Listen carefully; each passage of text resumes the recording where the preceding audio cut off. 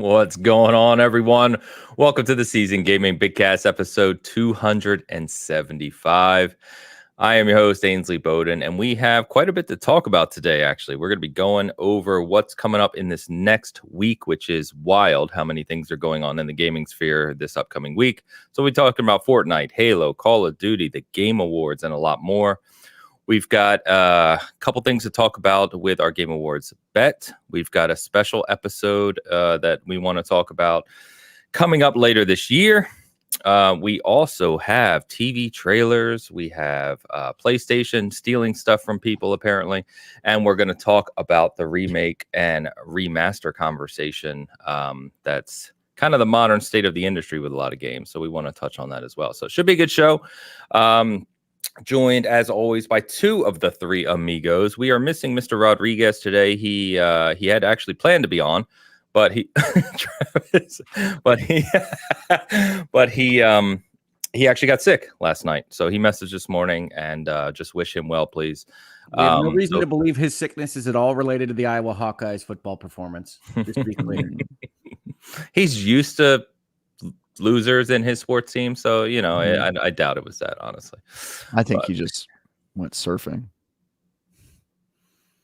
because he's sick. I was envisioning that, and that's a funny picture.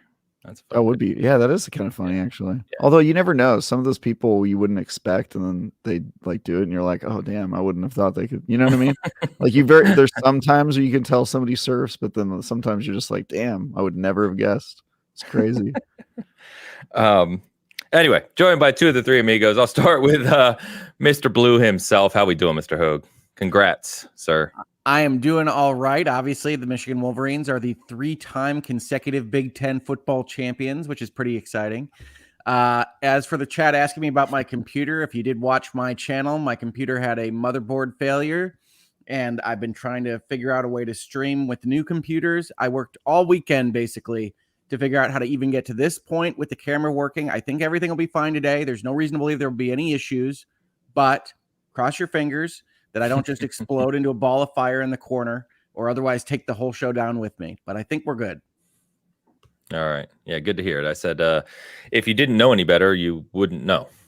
So you look and sound like you do every week. So let's hope it holds out, because no one wants to listen to just me and Travis for a couple hours. You know what I mean? Oh, I'd tune in. If I exploded and left the show, I would tune in to Ains versus Travis all show. And of course, Mr. Tie Guy himself. How we doing, man? McClunky. Up late table topping?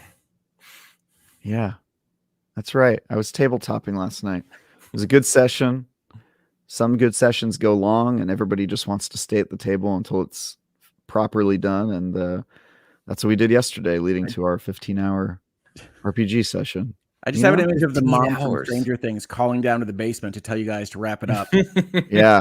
See, this is the problem with becoming an adult, is that there's no mom to tell you to pack it up and keep you in check. Yeah. Sometimes that means you stay up till 3 a.m. rolling dice. What are you going to do?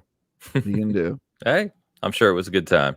That's all that matters. Light getting in here behind me. You guys see this beam of light? What is this? I don't know. I'm in Michigan. That doesn't look familiar to me. Come on, curtains. Killing me. Yeah, it's very sunny. Travis is like, what is this sunlight? This is strange. Yeah, I don't like it. I'm gonna have to do something about that. Before we get into the topics, I got some house cleaning items I wanted to mention this morning. So first, as always, we haven't reminded once in a while, but we are broadcasting this live on 2 channels, as you know, if you're with us right here live. But if you're tuning in later, it does do a lot for us if you can take just a couple seconds to like, comment, what have you on each of the videos for Hogue and I's channels. It helps a lot. YouTube has been very strange lately with its algorithm. It is so up and down. It's hard to predict anymore. Nobody knows that better than Hogue with what he's gone through this year. So yeah, anything in that vein really helps. So just a reminder on that piece. Thank you very much. It's the truth. On our 50 questions episode, I mentioned this last week. So we want to answer a whole bunch of questions from our listeners and you guys. Anything. It doesn't have to be gaming related. It can be for one of us. It can be for multiple of us. It can be for all of us. It's going to be a special episode we'll do here in a few weeks, somewhere around the holidays, just to have some fun, get to know us, have some laughs. So I was trying to figure out the best way to kind of curate those questions and kind of bring them together. So I did create a separate 50 question or Bitcast question channel on the Season Gaming Discord. I'm going to put that in the chat right now from a link perspective if you want to jump in there. If for some reason you do not use Discord, you don't want anything to do with Discord, what have you, either leave a comment on this video on the Season Gaming side or DM me. And I would say that leave DMs for your last option, please, because get a lot of DMs as it is, and they can be hard to sort through. So the Discord works because it's all threaded. Then it's a lot easier to sort through. If you can do that, I'd appreciate it. Otherwise, find a better way. I'm going to mute Travis real quick, but find a better way to there's other ways to get to it. So I'm going to put that in the chat right now. Every question, its own DM. It's always a bummer for me because I try to respond to as many DMs as I can, and you just lose what you've read and what you haven't read because it just isn't as useful as an email server or something else. So yes, yeah, if it's you want tough. it to get lost, DM. If you want it to be seen by Ains, use what methods he proposes. Yes, please. So pinned at the top of on the Season Gaming side right now. I'll put it on the your side as well, Hogue. If Tide or anyone else can pin that or just put that up somewhere, that would be appreciated. And of course, if you're listening to this later, you can find the link in the description. So thank you. One other thing I want to mention, I want to give a shout out to my friend Ben. He goes by Ben Kenobi online, but Ben, he does a lot of work with Xbox art. So he does graphic design and he's worked with Xbox on some things, but he has started creating these kind of collectible coins, custom collectible coins. He designs them. This one's for Forza, obviously. And they're really nice quality. They come in this little kind of nice Xbox fan art, which is an account he runs. Ringbox, and I have several of these Forza ones that I want to share out. Obviously, I'm keeping one, but I'm going to find a way to give those away. But I'm going to put that in the description as well. So keep an eye on the account and look in the description after the show. We're going to find a way to not only give these away, but it's going to become a regular thing. So I'll have links to his account if you want to check those out, if they interest you at all. But they're really, really cool. And obviously, he's not selling them. We're just going to give them away to members of the community. So more to come on that as well. Because I feel like you don't do garage sales. You do giveaways. Pretty much. Yeah. I haven't done a garage sale since I don't know when. Very long time ago. I haven't seen a garage sale in a number of years. I don't know how common they are in San Francisco, but yeah, maybe they just fell out of fashion. Yeah, I don't know. But yeah, I don't know. I always like to give back if I can. It's just, I don't know. I find it fun. Call me weird. I will. I know. It'll be unrelated, but he will. And of course, there it is. Okay. And of course, I want to shout out Against the Tide, as always, with the picks this week. She did not know that Dan wasn't going to be here. Like we said, we didn't expect him, but it looks like this week we are headed to Hogwarts, fellas. Look at that chin dimple. I have never had one of those in my life. Oh my God. It finally happened. This is great for me.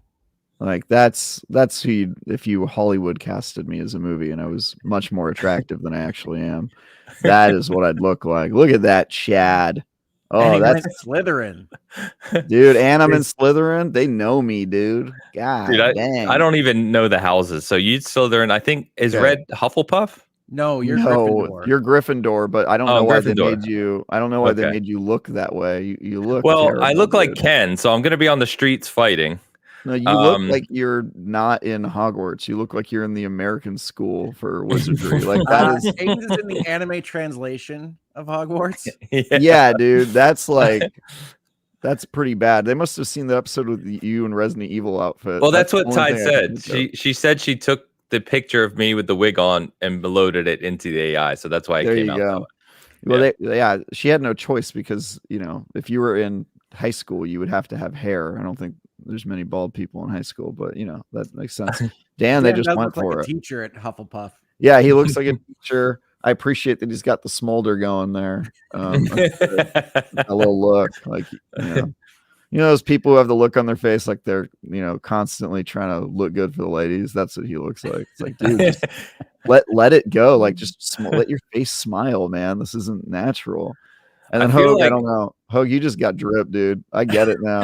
yeah, I like, know. Mrs. dude, Hogue. Yeah, I get it. Chin I get it. dimple, dude. You're in Ravenclaw, which totally fits. You freaking It looks nerd. like Travis and Hogue are already going to be set up for verses for all time. Like you're the two students who know everything and are going to battle about it, like argue about it or debate, I should say, about it.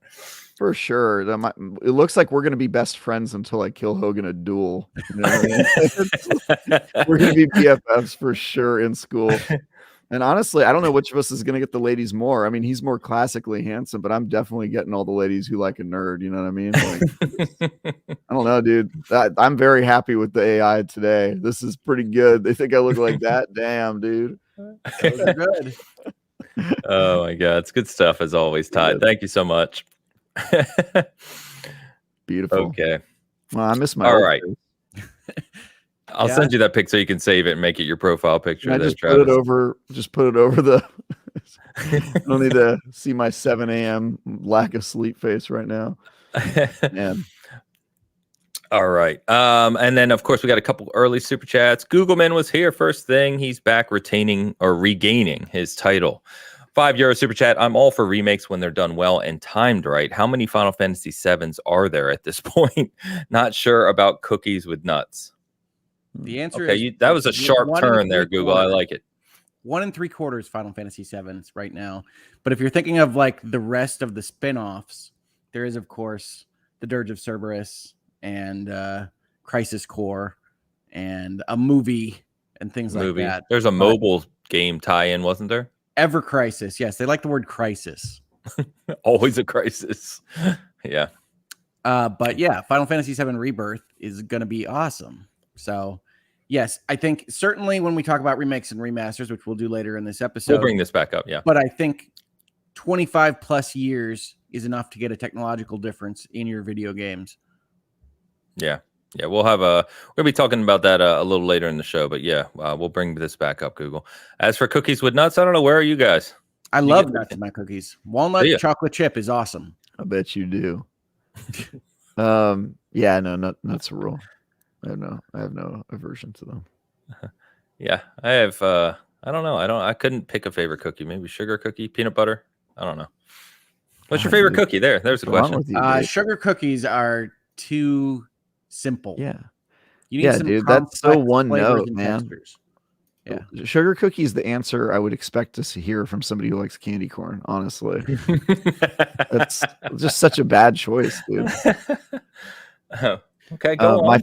My favorite cookie is a local cookie shop in my neighborhood called Hot Cookie. I'm not asking about the store. What type of cookie? Wait. I'm getting there. I have to explain the store before I get to the answer. We don't need the San Francisco neighborhood story to go with your answer. Something like Snickerdoodle. You kind of do, Ames, because if I said my favorite cookie's the fudge packer, you'd be like, what did you just say to me? See? You see what happens when you don't get the story, Ames? You happy now? It's a cookie store in the Castro, and they're well known for having Entendre cookies that are entendre, and some of them are actually shaped like penises and vaginas. And they're very good, but they're also super flamboyant. They sell underwear at the store. Not references I was expecting at 11:30 in the morning on a Sunday, but look, this is the world I live in. But anyway, they're part of the Castro gay community and tongue in cheek, and they happen to have a cookie that is bomb as hell. It's got like that gooey inside chocolate chip. It's got dark chocolate, and it's just kind of like, I think it's got marshmallow in it. I don't know what else is in it, but it's just damn good. That's my favorite cookie. Okay. You said I hate messy foods. I wouldn't like a gooey cookie. That's not. Yeah, it sounds like a cake in your hand rather than a cookie, but. Oh, it's a pretty thick boy. You don't eat it in one sitting for sure. You said they sell underwear. They do. So it's an underwear cookie shop. No, it's a cookie store that has merch, and because it's in the Castro and the gay theme, they happen to sell underwear and stuff. Okay, all right. And by the way, Kyle said hipster Travis back here. Oh, come on, it's just it's local. It's not even hipster. It's well known where I'm at, but yeah. If you guys ever come to SF, I'll have you go there. Like it's one of the places you want to stop by because it's right there on the Castro Strip. You get to see all the crazy stuff that goes down on that street, and then eat bomb ass cookies. So okay, all right. Let's see. What do people say? We got peanut butter. We got chocolate chip, double chocolate chip, lemon. Good shout out, Katie. I like lemon cookies. My favorites right now are almond coconut. That sounds good. I could go for that. I'll take it. They're Coconut amazing. rules. Yeah. All right. Google, thank you as always, man. Appreciate you. Pyro, not euro, excuse me, £2 super chat. Ains, play Cassette Beast, monthly reminder. Cassette Beast is so good. It is. Play it. It is in fact so good. I 100% believe everyone. It's just the usual, trying to find time to play a new game that there are an infinite number of games this year. Mentally prepare myself to play. I will give it a shot, Pyro. Does it matter what platform I play it on? It works perfectly fine on Switch. I can attest to that. So yeah, I've been on whatever Xbox, power level, whatever you're going to play it, most likely. But it's on everything? I think so. Okay. All right. Yep. I got it on Xbox. It's a good game. Yeah. Okay. All right. Vintage Willow back in the house with the 10 season gaming memberships. Legend, absolute legend. Thank you, Willow. Following up with a member comment: nuts do not belong in baked goods. She says.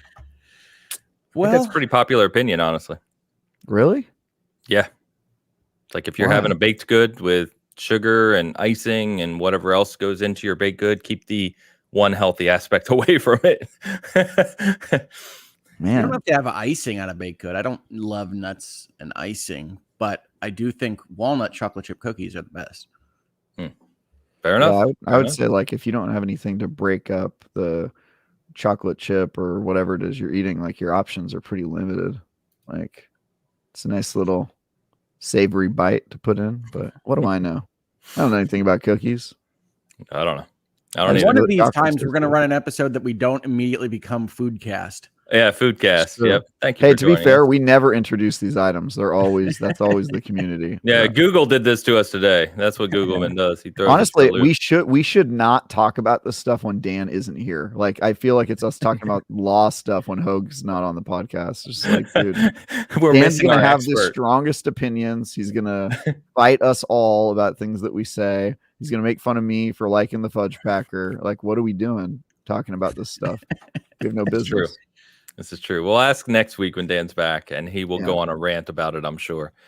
In fact, I think he's sick. I don't think he's actually here in the crowd. So we should pick like a healthy cookie with like raisins and nuts and, that kind of stuff, and say that won our poll last week of best cookie, and then just, light the match, if you will, and let him, just let him go on the rant. We'll do that next week. That's a good idea. Yeah. Yep. All right. Shoosh, €5 super chat. Speaking of bakery items, damn it. I am making a sponge cake with dragon fruit and mango jam. That sounds delicious. That sounds amazing, Shoosh. Yeah, that really does. I had dragon fruit over Thanksgiving for something. I don't remember why, but that sounds great. Hope it comes out well. Better than my Halo food from last winter. Nissa Hauer, member for 5 months. Remnant 2 is on Xbox Game Pass for everyone to know. Very true. Remnant 2, fantastic game.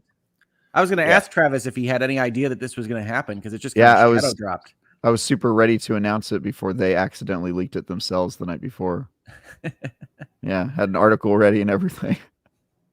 So then it happened, and I was like, all right, well, there you go. And Remnant 1, by the way, they added both. So you can play Remnant 1 as well. Check them out. Yeah, that is a great time to do it. I have an inkling that they were waiting to get DLC before this happens, because that way, you buy the game and then maybe you decide you want to play the DLC because it's a damn great game. And then they make some money. But it's cool. Cool to see them back on subscription services, because I feel like that was a major reason a lot of people played the first one. It's why I discovered it. Yeah.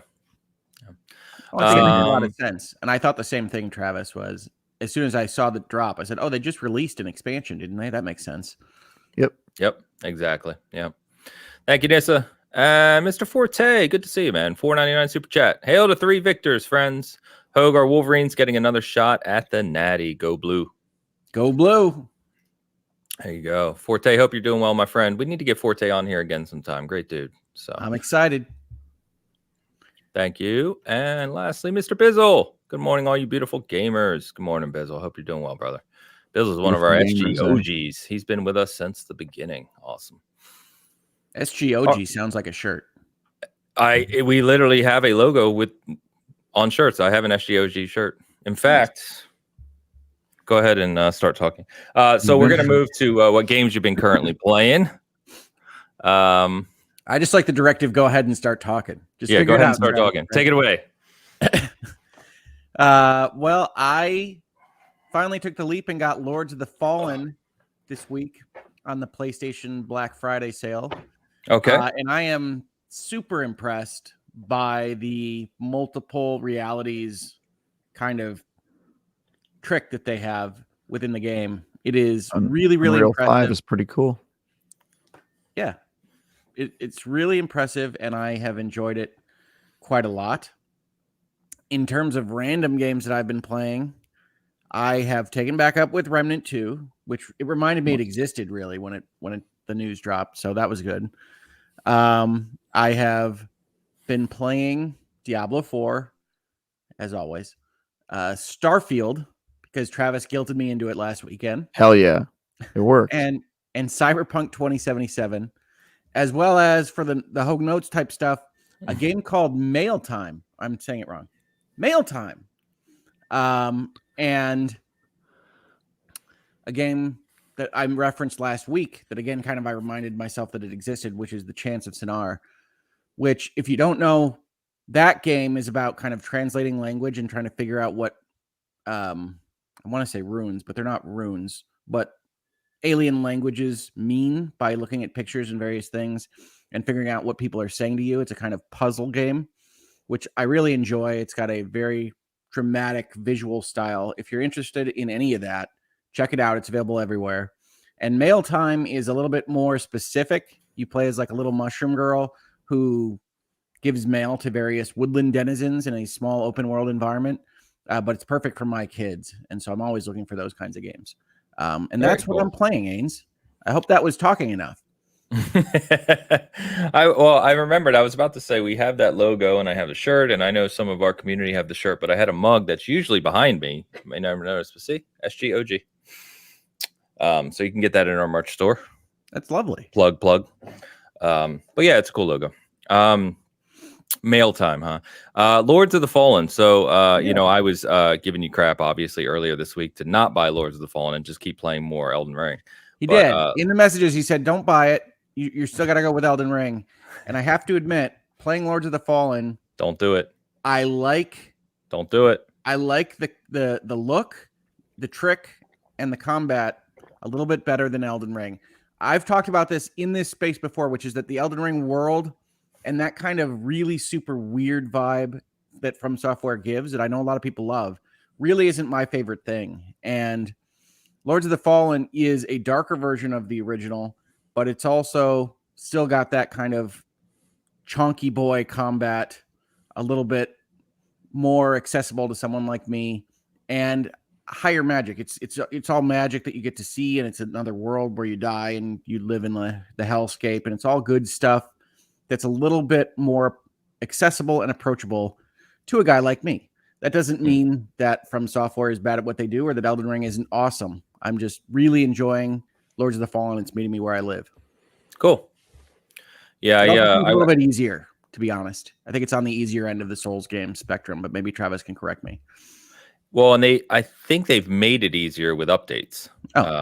It was easier from the beginning. I would say, like, especially after having come off of Lies of P, which is one of the harder Souls likes. They've also made easier, right? Which they also actually did make easier, yeah. But Lords of the Fallen, I think, is going for, you play the way you want to a certain extent, and it's got a lot more opportunities for you to come back from defeat with regaining health and all that stuff. So, I think Lords of the Fallen is it's got difficulty in some areas, but especially the boss fights, like it's pretty easy. It seems that way to me, and it seems difficult enough to make it feel like it's it's a slog of getting advancement. Not probably for you, Travis, or you, Ains, but it's got difficulty that still gives you reward for getting past things, but it's not that kind of teeth grating. How many times am I going to have to play Godric type thing? So I really, really enjoy Lords of the Fallen. I give it a high recommendation. I got it on sale, so you might want to wait for whatever the holiday sale is. But I'm been surprised by how much I've been enjoying it. And the trick of essentially having a lantern that shows a completely different environment overlaid on your environment at the same time that you're playing through it to solve puzzles and traverse the environment is really, really cool. It is my favorite thing that I've seen maybe this year in terms of tech tricks. And I don't know entirely how they did it, but it's great. Yeah, that's their killer app, and I think it sort of shows the two things that we know about Unreal Engine 5 so far, which is that it seems to be pretty easy to accomplish cool tricks like that seem like magic compared to other games, and also that it brings with it a whole bunch of performance issues, which seems to be another trait of that engine, at least right now. We haven't had a ton of games that perform super well on it. I'd be interested to hear from you if you think that those performance issues are still a thing. Are you seeing some of that stuff and like low res textures that load in later and some stuff like that? Or the frame rate also was pretty rough. I played that game like not that long ago, like maybe a month ago, and it was better, but it still had some of those issues. Do you still see a lot of that when you play the game? Well, so obviously I didn't play it when everybody was having tech difficulties with it when it launched, but I can say I don't have texture issues on the PlayStation 5. I haven't seen any of those yet. There is what I would call kind of a frame pacing feel sometimes. Like it seems like a PC that needs a beat to figure itself out every once in a while, but nothing that bothers me. Cool. Yeah, it does get worse as you go. So like you get to an area where like there's fire everywhere, and then I haven't hit the Lords of the Fallen swamps, whatever that is. So oh yeah, that's pretty early then. So yeah, it's pretty early. Yeah, it might get worse because I at least when I was playing, like the second half of the game was less optimized than the first half, but I have no doubt it's better. Like when I played it like a month ago, like I was like, okay, this is way better than at launch. Than comparatively, but yeah, I mean that's sort of that game got a lot of praise from me in my review, and it's mostly because of the world traveling back and forth stuff. I mean, that is just like the coolest dang thing. It is. And I think my favorite part is the fact that you don't actually have to toggle back and forth between them. You can just hold up your lamp and just see a little real time piece of that world populate as you're walking around. Like that's just so dang cool. So yeah, definitely worth a play. I'm kind of sad that game kind of fell off the map as fast as it did. You don't really hear about it. But I really think it's a standout game this year. Yep, I've been enjoying myself, so I am very happy to have made the purchase, and I wasn't quite sure even when I hit the button. Sometimes that's the way you buy games. At least I do. Yeah. Mm-hmm.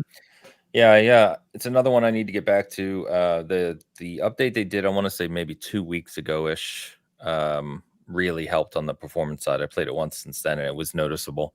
I'm playing on PS5 as well. And I think they announced this week, someone can correct me if wrong, but I think I saw that they had passed 900,000 copies, which means obviously they're approaching 1 million, but not quite there, which I was hoping that game probably would have sold better than that at launch. So maybe it picks up steam a bit, because I know like even Remnant 2 passed 2 million, I believe, Travis, that been announced. So, to see Remnant 2 more than double Lords of the Fallen, not, Remnant 2 deserves sales, it. Or do they announce players? I never know. On which one? Remnant 2 has sold more than 2 million for sure, because they sold 1 million like the week they launched. They got like more than 1 million, like really good for them. So, yeah, I like Remnant 2. I just don't like it as much as Travis, which I don't know that anybody on the planet likes it as much as Travis. I don't think Ben that's might true. not like it as much as Travis. Okay, so according to the Metacritic, there's a lot of people that like it more than me, but I must have been mistaken on something, because I just quickly looked. It says Lords of the Fallen, the new one, sold over 1 million units in 10 days. So obviously I was off. I don't know what I was thinking of. So, well, I mean, there's so many stats people throw around. It could be concurrent players. I mean, you just don't know. Yeah. Although so sorry about that. But 100,000 concurrent players. I hope it does well. I hope that I like to see these, we get a lot of Souls likes nowadays. It's just, it's the way the industry is with it. But I like when something like this with Lords of the Fallen, like they had their original in 2014, I believe it was, and it was okay. But it was pretty clear that it wasn't super original. They didn't really try to push the bar. And I think this one, they took a step back and said, what can we bring unique, to this? And I think that the lamp and the backbone of what they were building is a lot better in this one. So yeah, it's good stuff. Yeah, I've been very happy with it. Cool. Travis, been playing anything good? Yeah, I mean, the most of my time this week has been dedicated to virtual reality. I've been playing Asgard's Wrath 2, which I'm reviewing and can't talk about. I actually did find out though there's a separate embargo, so I think I'm allowed to talk about the game on like December 14th or something like that. Like it's like kind of far away, but on December 6th I can talk about the first, I think, 3 sagas, which is like the first 15 hours of the game and some of the other stuff. And we're not doing a preview for it because we already previewed this game like a month ago, but I can talk about it on this show next week, which will be cool. But I'm spending an absolute metric ton of time in there. If you don't know, Asgard's Wrath 2, it is a 100+ hour RPG in VR, open world, side quests, companions, the whole shebang. And so reviewing that has been really cool, and also a juggling act of batteries, because the Meta Quest has a 3-hour battery life, and so I have a ludicrous setup with 2 separate headsets and 7 separate external batteries that I'm hot swapping to keep my gaming sessions uninterrupted for 12-13 hours at a time. So yeah, that's been its own kind of parody, but the actual game is going great, and I'll be able to talk more about it next weekend. Cool. So we'll talk about it here. That'll be a season gaming exclusive. Nice. I'm not writing about it on the site or anything. Exclusive. Yeah. Bring it on over. Yeah. So that'll be fun to talk about. Other stuff I've been playing. Before you jump there, Travis, got a nice comment here from T. Hi, all. I wanted to thank Travis. Started playing Remnant 2, and as a casual gamer, I am surprised by how much I love it. It's delightfully chaotic and beautiful. Nice. Yeah. More people should play that game, especially people who are afraid of Souls-likes. It is still a Souls-like, but like it gets rid of a lot of the stuff that Souls-like, like it doesn't have the one of the main features people would talk about with Souls-like. You don't lose anything when you die.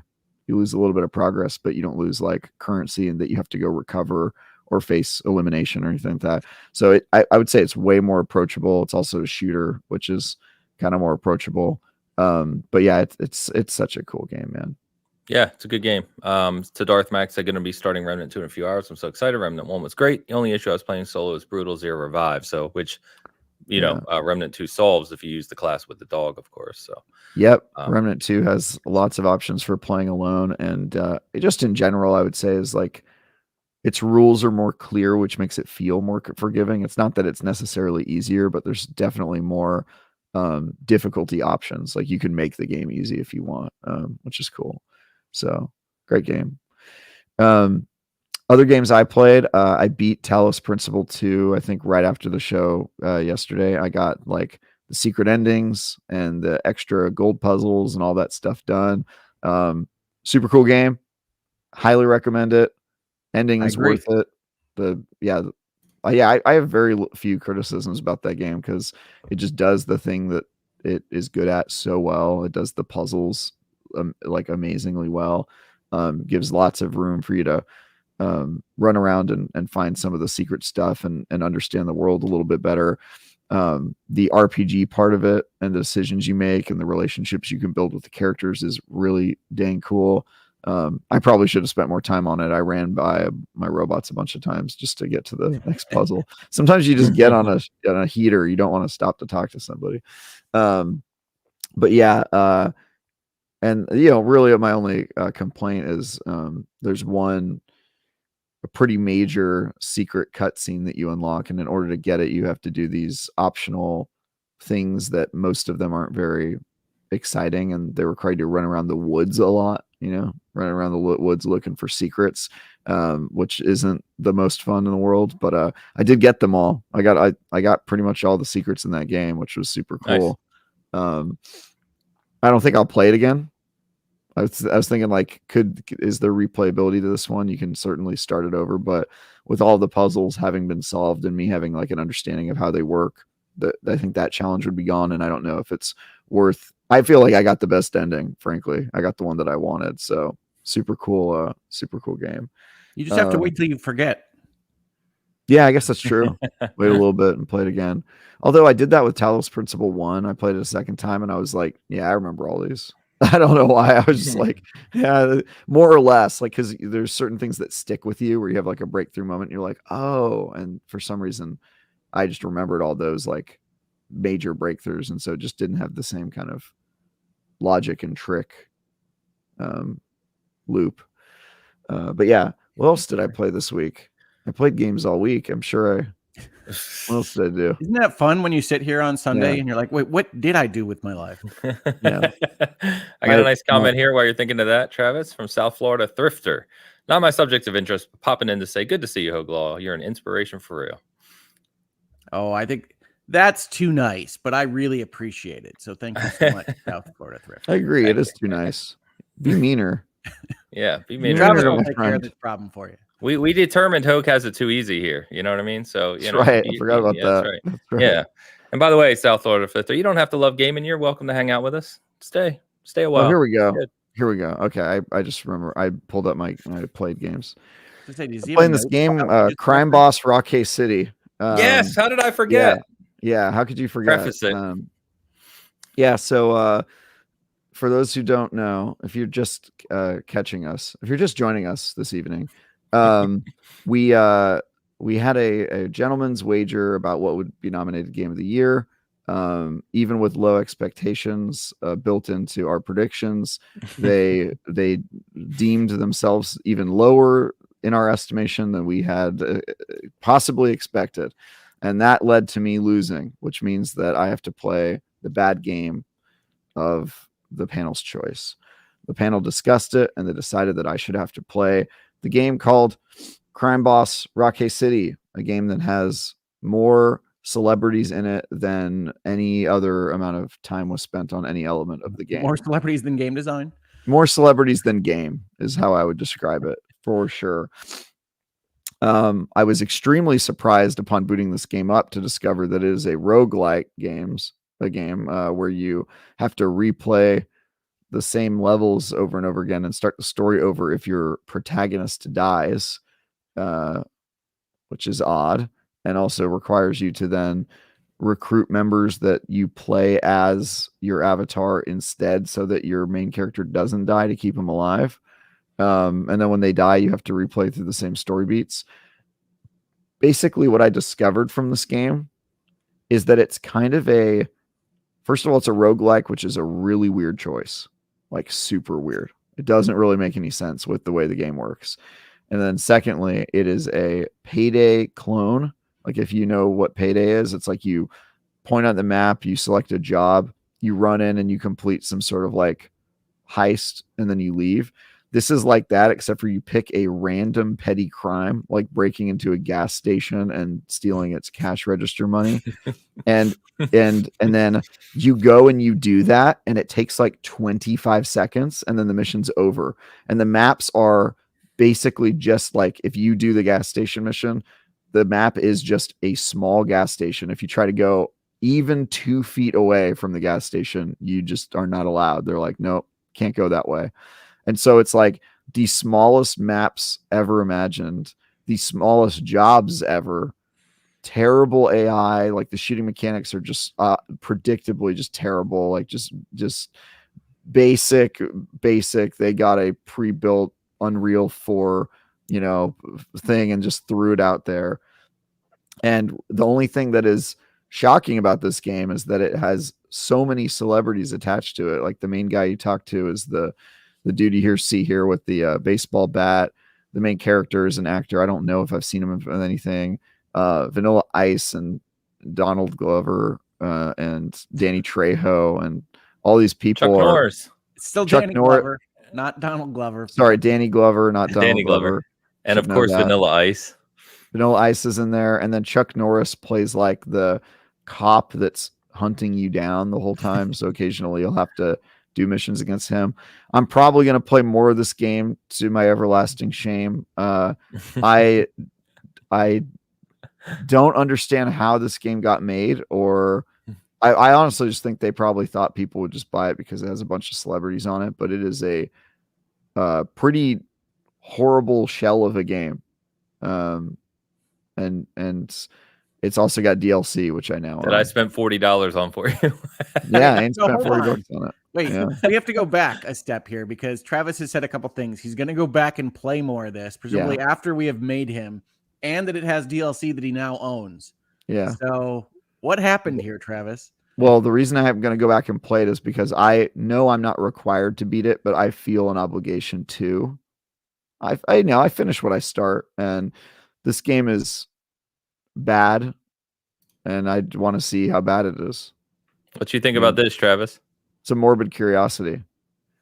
Oh, get the hell out of here with that, Leo. Come on. Don't be insane. That's crazy.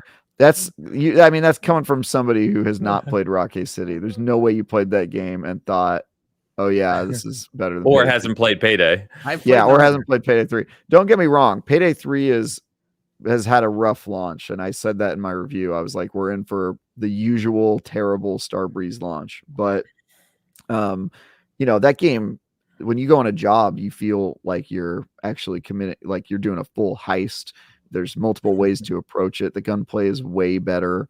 The number of different unique enemies you can do, even like just basic stuff like the dialogue and when your character speaks feeling like they're a character and that sort of stuff is just not there in Rocky City. Like you either play the protagonist who says the same 3 lines over and over again on every job, or you play a random person he recruited who just goes, yeah, let's do it. Well, let's that's it's so bad, dude. No comparison. Like, so if you didn't know this, Payday 3 is a good game, but geez, dude, Rocky City is so terrible.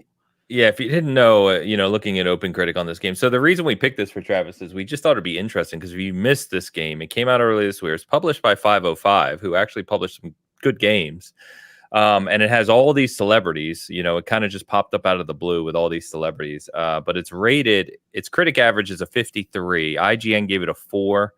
Other sites gave it 3s, and only 12% of critics who reviewed it actually recommend playing it. So we not only thought this would be funny from a poor game perspective, but just we wanted to know. Like, I wanted to know someone who had played this game with all these celebrities to see what the hell was going on with it. So it was a good choice. Yeah, I've been enjoying it. I think it was a good choice, and it is one that I was just curious about because like as soon as it got announced, everybody who knows anything about games was like, "That's going to be a terrible game," and then it came out and it was. And I think the fact that nobody was surprised just meant everybody kind of just went on with their business and just never even took a second look at it. So in a way, that makes less of a splash than like the Golems, right? Where there's like a big IP attached to it, and even that one, like people knew it was going to be bad, but when it came out, it was like so bad that people were just like, "Dang!" And I feel like Rocky City didn't get that, so it is interesting. I do want to see where it goes. And yeah, I also played other. We aren't allowed to talk about the Suicide Squad Alpha. Are we allowed to mention that it's happening? No. Okay, great. So that's not happening. And then we have the.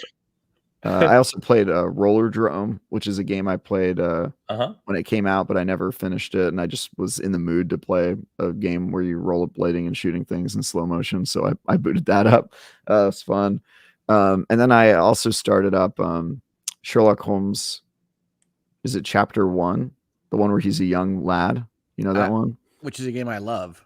So, yeah, I previewed that game like over a year ago long before it came out, and I was like, this is a cool game. I want to play more of it, and then I never did. So I had a little bit of time while I was waiting for my VR game to come in, and I picked that thing up. Oh, also, this is kind of dangerous. I can talk about it. Have you guys ever played the game GTFO? I've heard of it. I have not played it. No. Okay. Yeah, well, it's made by actually, funny enough, that we're just talking about it. Some of the people that worked on the original Payday games, and they are preparing to like finish that game. Their final they did this thing that was very not smart of them, where they sold their game and they promised no microtransactions or DLC ever, and that everything would be free. And so now that they've been supporting the game for years, they're getting to the point where they're like, all right, we just have to finish it because this is not financially viable to keep supporting this game that we promised we would never charge more money for. So they're presumably working on something new. But they're finishing that, and I went and hung out with some of the people from their studio. They were in San Francisco, flew over from Stockholm, and we played the final chapter of that together. Because it lacks a like major audience on IGN.com, there's just not a lot of people talking about this game. We ended up not publishing anything about it, but I just wanted to mention that game is super cool. It is like its whole thing is it's kind of like a almost like Left 4 Dead format, right? Where you're going through different areas and it's got kind of procedurally generated random halls and enemy spawns and stuff like that, except for its kind of major calling card or key differentiator is that it's just like designed for hardcore players in mind, with like uber difficulty.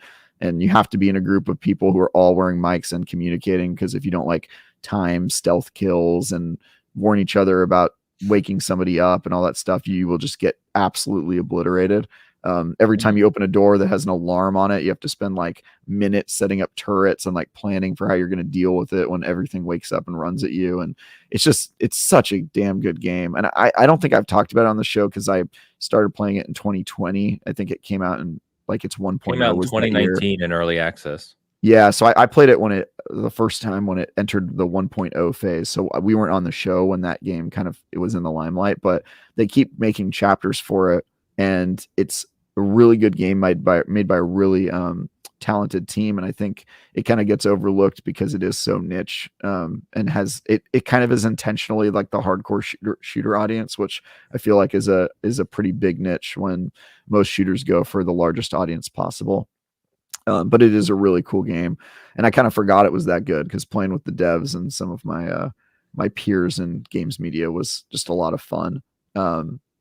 We've got some people backing you up in chat, Travis.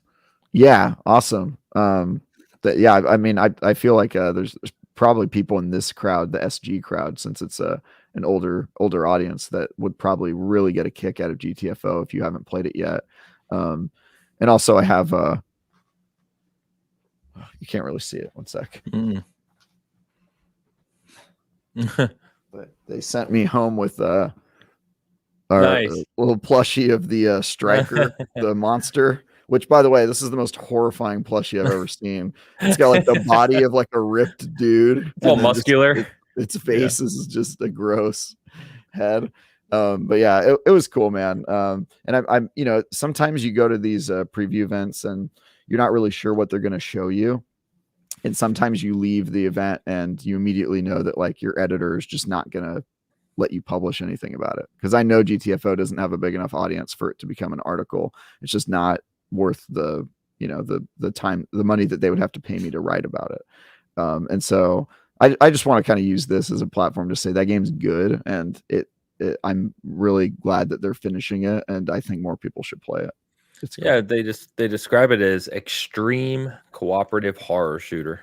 Yeah, I remember hearing about it, and honestly, it's right up your alley, Ains. Like, it was made for you. You should be playing that game.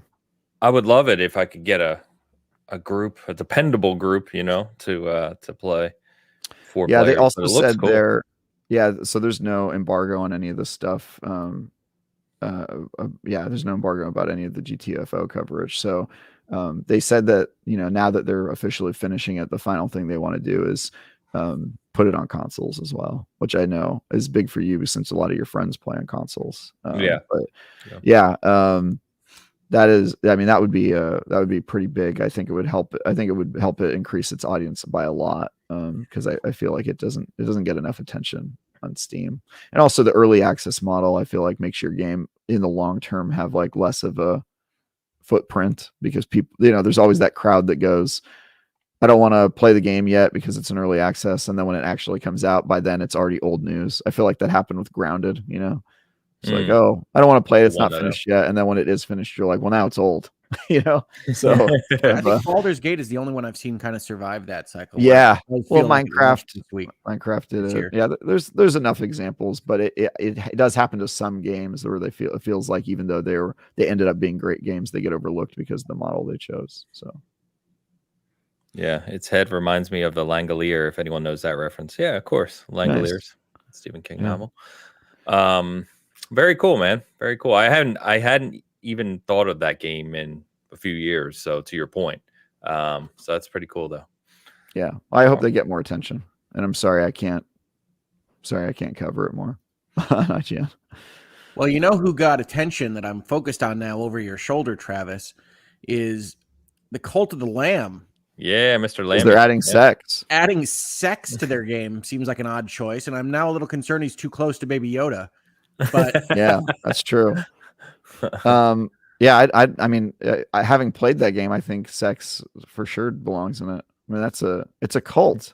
But do you think that's the whole point of cults, Hogue?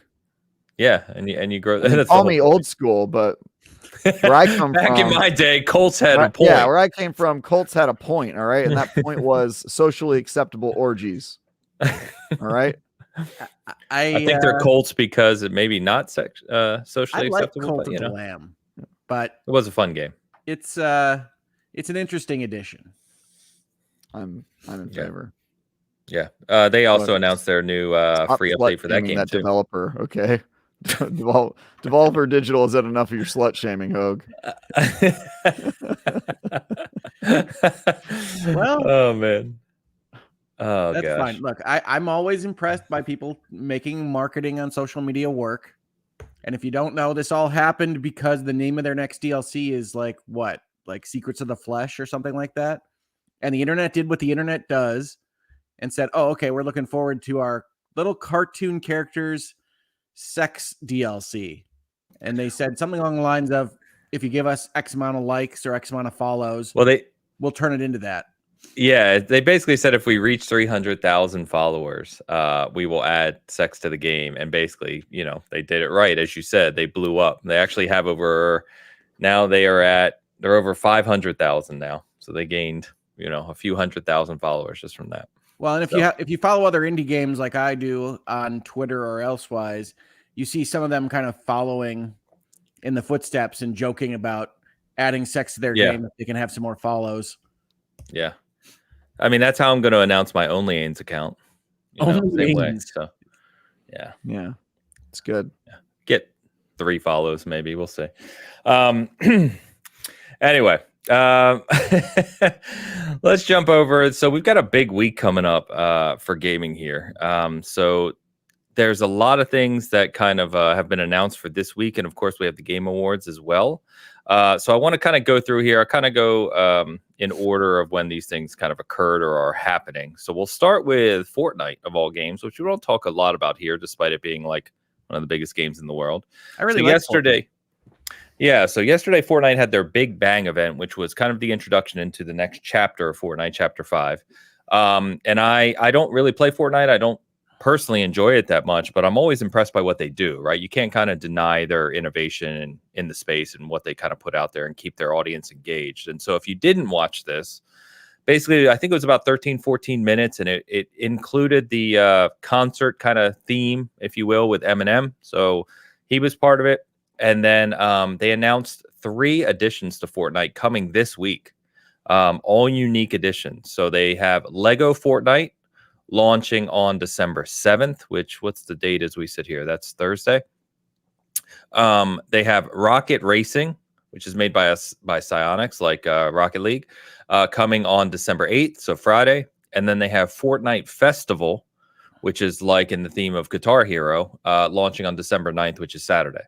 So they have 3 new kind of fully immersive game experiences within Fortnite, all launching this week. And they also just happened to mention that in November, they had their biggest month ever, over 100 million players, unique players. They went back to map 1, right? That was the got all OG. those players. Yep, and they said that was I know they posted that was such a big success that they're going to kind of keep that in the rotation. But these new experiences, they're not like little, they're not little like side modes you'll play for 5 minutes and then go away from, right? It's like the full island in Lego Fortnite. They're even converting the popular Fortnite characters into Fortnite models, building in Lego form.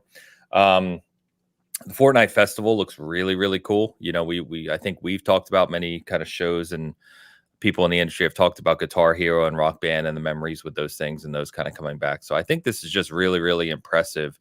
Even if you don't like Fortnite, you have to give it up to that development crew and kind of the leadership over there and what they continue to kind of innovate in the space, because it's impressive. They keep pouring money back into Fortnite, and it keeps paying dividends for them. So I enjoy Fortnite because there is that sense of new all the time. I wish its storytelling was a little bit more cohesive and cogent, but I'm not sure that you can do all the things that they do with licensing and these editions if you had that as kind of one of your important things. So I accept Fortnite for what it is, and it's one of my favorite games to play, especially with the family. The girls love Fortnite. Yeah. Cool. Yeah, I like Fortnite well enough. I really respect what they've done with live service. And they are the kings of live service, even though, their assignment with live service is pretty easy in terms of, it's a battle royale. So you don't have to make a ton of content. There's not a lot of pressure, aside from stuff you can sell. But I think that's right, Travis. I think they have it easy now, but I mean, I do think that they carved out what easy looks like, even in the battle royale space. And they're the ones that had the most success with it. For sure, they're innovators, and I don't think you get this far without getting people truly addicted, which means that you knocked it out of the park with your game design, right? And they've continually made improvements to that and upgrades to their game, and like as you said, investments that have really paid off. And some of the stuff I don't get, like a concert in a video game, doesn't sound like anything I would want to do, but they've been doing that in various games and VR experiences and stuff over the years. And so I get it that once you're deep into that culture, it just makes sense to spend more time there. And it is sort of becoming like Roblox, where it's going to contain its own games and all that sort of stuff, which is interesting and weird. And I'm sure will make even people even spend more time there, which is cool. But yeah, it's one of those holes that you kind of have to keep yourself from falling all the way into, because at a certain point, it would be the only game you play. And Diablo 4. Yeah, I do have Diablo 4 makes a little bit more sense to me, but I have trouble with that. You like the game better. Like you like the core experience better. But I like the core experience better. And I do too. The battle royale is not where I want to spend all my time, just like repeating that loop. It doesn't really. It's don't get me wrong, it's fun for a couple matches, but like if that was all I played, I feel like I'd be pretty drained. I think the best thing Fortnite did was come up with those missions on the map and things where you don't care about the battle royale so much, and you just land and you go and you figure out how to hit all the mailboxes, and you finish in the top 50. Great. Yeah. You just have missions on the island. And I think it also had the second beneficial effect of having a lot of people not necessarily paying attention to the battle royale aspect, which makes it a little bit easier for folks that are interested in that. So it all kind of went together. And I think when they made those changes, I think it was chapter 2, that they really exploded in popularity. And it's certainly something that I could engage with more than just trying to get to number 1 all the time. Yeah, true. Yeah, Pyro says, is Epic trying to make Fortnite into a non-VR, the Oasis from like Ready Player One? So basically just a game platform rather than Tim Sweeney's been aimed at metaverse for Fortnite longer than metaverse has been a term in the industry. Yep. So this is an interesting way to do it. I think that if nothing else, like I guess the idea, like anything else, is if these games are as kind of fully featured as you expect. I mean, Rocket League, if you don't know, Rocket League has dozens of millions of players, continually, right? It's a very popular game. So you create something like a Rocket Racing within Fortnite, and you're logging technically into Fortnite to play Rocket Racing as a standalone experience. You start to go down that path for sure. Yeah. Well, and their biggest difficulty there will be, why play Fortnite Rocket League if you can play Rocket League, and those kinds of questions. It's one of the reasons why I'm more interested in the Lego combination here, because I think it fits well with what Fortnite does, and they had a cute little video. Great. But also seems different than I can play a different game in Fortnite. Lego Fortnite is still Fortnite. It's just Legoized. Yeah. Yeah. By the way, Ains, did you know that there's a Rocket League-like game in VR where you run around and you have a bow and arrow and you shoot a giant ball and the arrow knocks the ball different directions? No, but that sounds amazing. It's pretty dang cool. I forgot to tell you about that because I was thinking about you and your group that says Fortnite or Rocket League's a good game. But yeah, I was that is you should play that one. What well, DM me. Yeah, I want to know more about that. Okay, cool. So that was yesterday. And so those games launched, like I said, 7th, 8th, 9th. You can check that out. Just go on YouTube. You can find the full thing if you want to watch it. And then we got the GTA tease, which inspired other teases in the same vein. So the kind of in order here. So tomorrow morning, and I don't even know what this is, but Halo. Do you have these to bring up, Baines? I can put them on screen. They're just pictures. I mean, you can if you want. I mean, I think they're useful. I think when I saw this, cynic that I am, of course, I'm not. I'm an optimist. But I looked at these ads and said, this is really showing off the originality of the video game industry right here. Well, you will appreciate this. I joked about Rockstar's influence, right? Just how when they do something, everyone follows. And like I had a typical Twitter response that you would expect where someone said, I don't know why you would call that influence. It's simply a meme and everyone's using it now. And I was like, okay, yeah, I'm just going to move on from that comment. It's funny because it is, but it's also, they put a picture up. It doesn't have any meme qualities on its own. No. The rest of the industry made it a meme. Exactly. Yes, but see, you get the point. So, so tomorrow morning, 343 and Xbox are teasing something for Halo Infinite, which, if you didn't know, Tuesday is the launch of their kind of end of the year updated Firefight returns. The popular PvE mode, PvP mode. So that returns new equipment, quality of life stuff, whole bunch of updates. I won't bore you with Halo talk, but I had assumed when they teased this that this was simply going to be the trailer for that Firefight and whatever. But then like a couple hours later, they came out with the post about Firefight and the update separately. So now I think the question, the people who pay attention to this are asking is this trailer coming tomorrow something new, something different? So I guess we'll see. I honestly don't know. I had assumed it was the Firefight stuff, so we'll see. If it is just the Firefight trailer, it's going to be disappointing. Is overhype on that stuff, right? Which is that I think you can get people thinking it's going to be more than it is. And I don't believe for 1 second that it's like campaign stuff. But you have people like floating that out in the internet. People are floating that idea, and I would unless with what me team? and unless me and the people who really kind of dig into this stuff all the time are all completely wrong, which could happen, and I hope we are. Believe me, this is not anything campaign related, but we'll see. Yeah, that's one of the big pitfalls of live service games is properly setting expectations with your audience and getting them to believe you when you say it.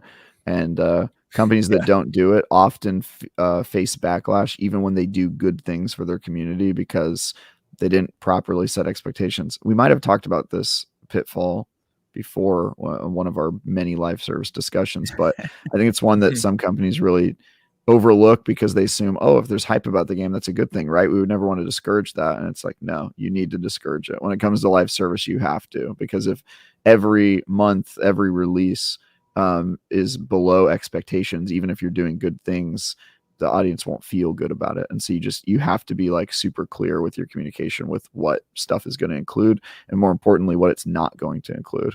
And I think maybe they haven't done a perfect job at that. Well, I mean, that's the concern. We don't know what their announcement is yet. So, I mean, yes, I think it'll be underwhelming, especially to the people that are hyping it up. But Halo's on a good path right now. And I do think communication-wise, I will, again, take the minute to talk up Blizzard and Diablo. I know people really don't like that first patch, but I love their, what do they call them? Campfire chats? Fireside. They go... Or campfire, yeah. They go through like every little bit of everything. And set expectations. That's not always what you want, but They're really good at talking through what's going to happen in Diablo. Agree. They are, yeah. I've Um, been covering all of those too, Hogue. So yeah, I think they do a great job there. I don't read everything you write, Travis, because I can't. Your volume is too prolific. There we go. Fair. That's a compliment. But yeah, no, I think they are crushing it when it comes to live service, and I think even I think that's what'll save. I think their game's going to continue to be huge. The fact that they've already announced their next expansion too. I mean, game's going to be big, man. Oh yeah, Should be. It deserves it. I continue rolling through the Season of Blood. I do like that we shifted the week's announcements back to Diablo.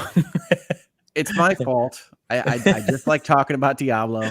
I appreciate it, Hogue, because then I don't feel as bad when I do that with Halo. You know, we Yeah, just shift to we our found the preferences. Hitman. We found the. I mean, I'm the only one. I guess Destiny, but I only talk about it when you I guys think of ask, you and as it's always Remnant 2 negative. references, Travis. Yeah, you've been Really? Remnant 2 this year. It was Destiny 2, but I think your sheer spite for that game at this point has shifted that conversation. That's pretty. I mean, I wouldn't say that that's new. I've had a very strong love-hate relationship with Destiny for a very long time. One of the best and 10 of the worst games I've ever played.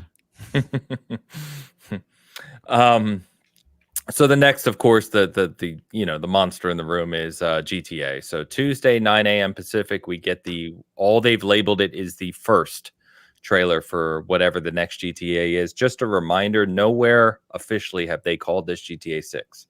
It's just the first trailer. So they tweeted this out, single picture as Hogue reference. It's got 150 million views.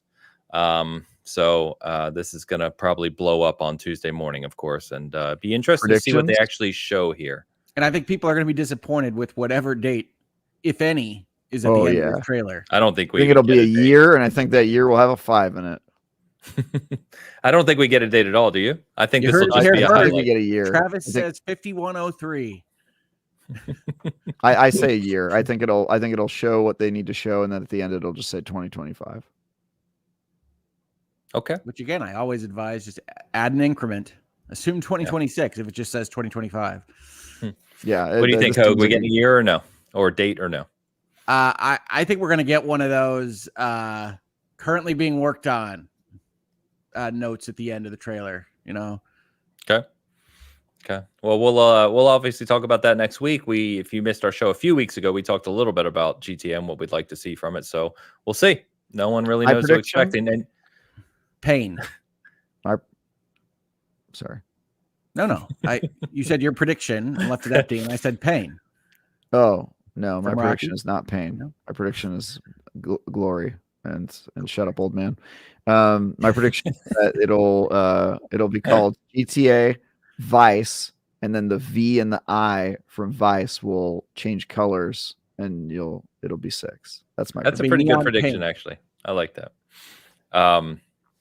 Just a reminder for those who aren't in the weeds on this stuff, right? This will be the first GTA since 3, so you're going back several generations at this point, that does not have one of the 2 Hauser brothers and does not have the lead writer from those games. So key leadership resources that built GTA 3, Vice 4, and 5 have not been involved with this iteration of the game. San Andreas hardest hit, Ains. Oh yeah, San Andreas. I remember that one. I think that's widely considered kind of I love that. Well, outside of 5 nowadays, but the favorite. But Vice was always my favorite, Vice City. Oh no, dude. I mean, yeah, I'm from the area that game is supposed to take place in, San Andreas. I grew up. I feel like I actually grew up. This is so funny. I hear the street that intersected with the street I grew up on was called Grove Street. That's real. Travis is a Grove Street boy. I feel, dude, like I grew, like it feels so. I grew up in that world, but I love San Andreas. Such a cool game. Yeah, San Andreas was great. There you go. So we'll see. Obviously, like I said, that's going to kind of blow the doors off on Tuesday. On Wednesday, if you're into this thing, you get the new Call of Duty major drop. So that's the new Warzone map. So which is obviously free to play. You don't have to have Modern Warfare 3 for that. You get the new season, all the additions of new maps coming to Modern Warfare 3, updates, blah, blah, blah. Call of Duty's on this really strong cadence with content delivery. So if you're enjoying Modern Warfare 3, great. You get new content on Wednesday. Me personally, I haven't played Warzone in a while just because it's felt a little stale for me. I'm really looking forward to this new map. It's called Urzikstan. And, I'll be jumping back in. So, hope it's good. Urzikstan's still not out, huh? I wrote a No, story they've been talking about it for a while. Time ago, yeah. Yeah. That's crazy. Yeah. Comes out Wednesday. And then Thursday at 4:30 Pacific, which is hilarious. You know that nowhere on that site that I could find, he actually says what time the show starts. I had to Google it. The Game Awards starts at 4:30 Pacific, so 7:30 Eastern. And remember, we have our other bet that we did on every single category. We don't even know. 6th, Wednesday? 7th. Oh, Thursday. Okay. Yeah, Thursday. So that should be fun. We've had multiple companies now, including Xbox has told people to tune in, so they'll have some announcement. And I heard some news yesterday on a different thing I was recording that of what that is. Kind of interesting. And then Sega has also said that they have something new and big to show during the Game Awards of all companies. So I guess we'll see what the Game Awards brings us this year. Sonic Frontiers 2. Hey, you guys both like that game, right? I love Sonic Frontiers. It's a great game.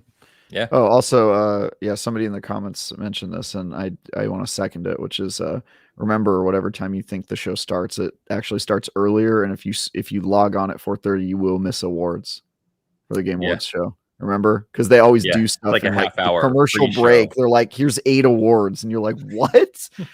I missed those?" And it's never the ones you want. They don't do like best influencer or esports team. It's always like just like best indie game, and you're like, "What the hell? They did that during the toothpaste commercial? What the?" It's not actually an award show. Yeah. It's a trailer show. Yeah. Yep. And then, so we'll see. We'll talk about the bet and all the the winners next week. I expect a lot of going through that list again on Cast Co-op. Expect a lot of Alan Wake 2 and Baldur's Gate 3. But yeah, that should be fun. And also a reminder, which Rick just reminded me too, is you get the next Cyberpunk update this week as well, 2.1, which includes a surprisingly large amount of things. So even after 2.0, so good on them for that. Ride the subway. Ride the metro. It's what you've always wanted to do, right? A digital subway in a dystopian city, right? Well, I mean, the truth is they had those signs and doors set up from the start, and so I think a lot of people just wanted it to be functional. Yeah. But Ains, I already ride the subway in a dystopian city in real life.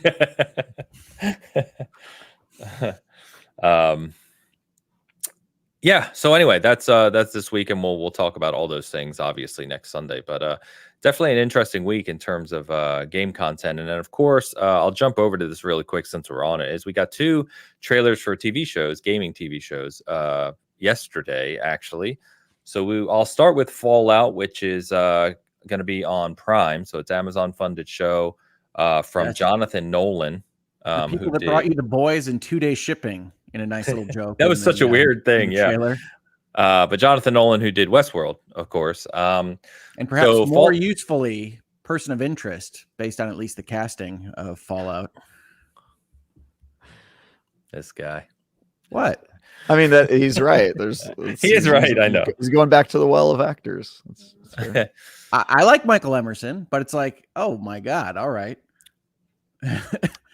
So, Fallout, what'd you think of the trailer? I was very pleasantly surprised.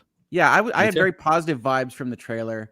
I think the only criticism I would have on kind of secondarily thinking about it is that it may be a little bit too bright and sterile. I had hoped for maybe a little bit more, I don't know, junkified. Oh, you want it to be foggy. I want it to be Fallout, right? And so I think it might be a little bit too bright. I don't love like some of the stuff with respect to the vault and like the Cyclops guy. You gotta have stuff like that. You gotta have mutants. I don't mind having mutants, but that the Cyclops guy is like behind a desk and he's the are you saying Cyclops can't hold jobs? Yeah, he's the supervisor. Is that where we're going? What's the vault supervisor job called that you can Well, why would a Oh, supervisor be? I think he is a vault supervisor, but why would he be a mutant? Because again, are you saying every mutants vault cannot has its own become story. Maybe supervisors? they were experimenting with, mutant faces. We Every don't know. vault has a story. Like in this one, we give mutants all the jobs before they exist. Well, remember some vaults did experiments or were actually experiments by the government, and so we don't know what that vault's story is. It could have been that during their time in the vault that mutants were created as part of some weird social experiment the government was running. Overseer, is that the word we're looking The for? overseer, thank you. That That's is the it. word. Yeah. That is the word. Yeah. So I like the trailer. I am standoffish about Amazon's shows in general. So it'll have to show me something. But I thought the trailer was good. Yeah, I like that they threw out their accolade of working on The Boys and also 2-day shipping. Yes, That was the best delight joke in of the trailer. trailer, I think. Yep. Yeah. Which is also noticeably not a part of the show, but Yeah, but it does give you an idea of the overall tone, which I think is important.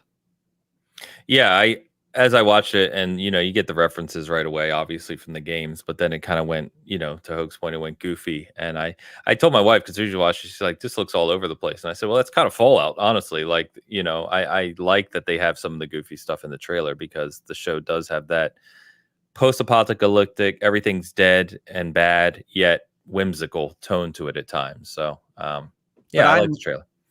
To show my seasoning, I think my favorite Fallouts are before Bethesda took over. Yeah, you like the classic isometric one? Yeah, the interplay games. Yeah, the interplay. Yeah, I don't know what my favorite Fallout. New Vegas, bro. Yeah, New Vegas or 3. I liked them both. 4 didn't do it as much for me personally. So yeah, Fallout 76. But anyway, easily. Honestly, it might be today. That game has really blown up. I don't know if you guys have done a lot of stuff on it. It's quite good now.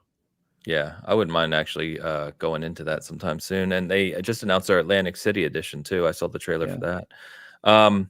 I think that's April 12th. I don't have it up in front of me. Someone can correct me, but I'm pretty sure they said April 12th for Fallout show on Prime. And then, gentlemen, we got the teaser for season 2 of Halo coming February 8th. And it is, if you didn't know, new showrunner. So new writers for this second season compared to the first. I don't know. I wonder why. Well, the crazy thing. So the crazy thing with Halo, right, is from a commercial perspective, it from everything they've said, it was extremely successful. But if you talk to people like us, especially a lot of the people like me who really are into Halo, we've had this discussion, right? It just wasn't good. So I don't know. The trailer, it's like a teaser, minute 20 or something of this one, has some cool references in it.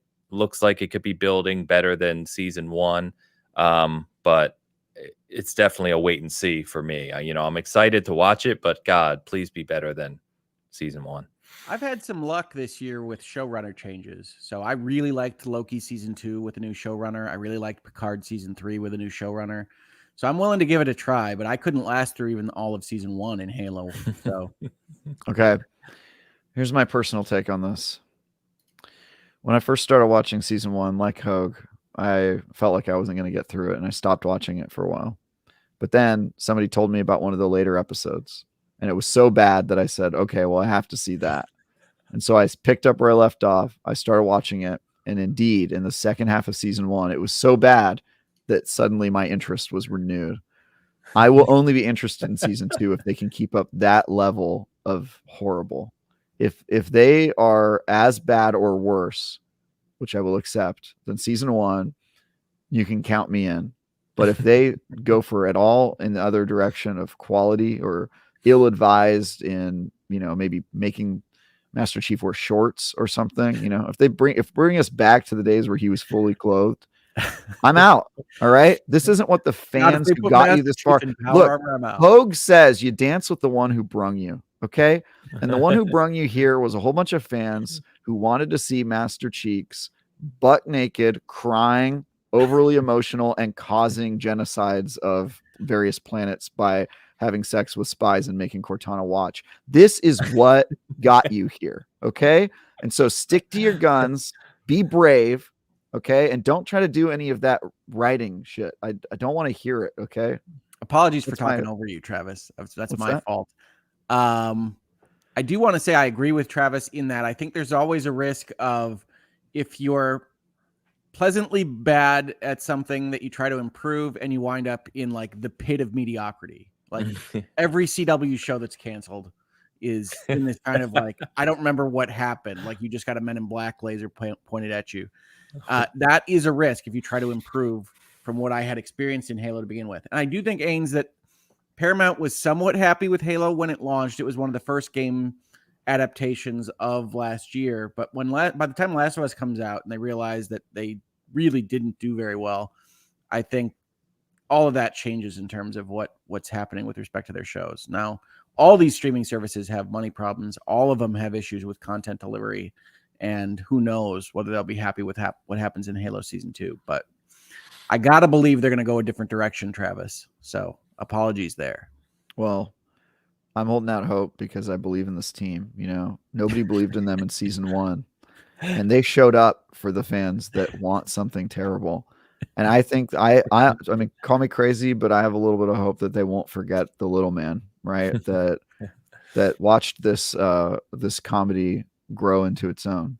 And I think what's funny about the Season 2 trailer is it looks like what you'd expect from Halo to me, right? It looks closer to, all right, they're gonna tell Reach, give or take.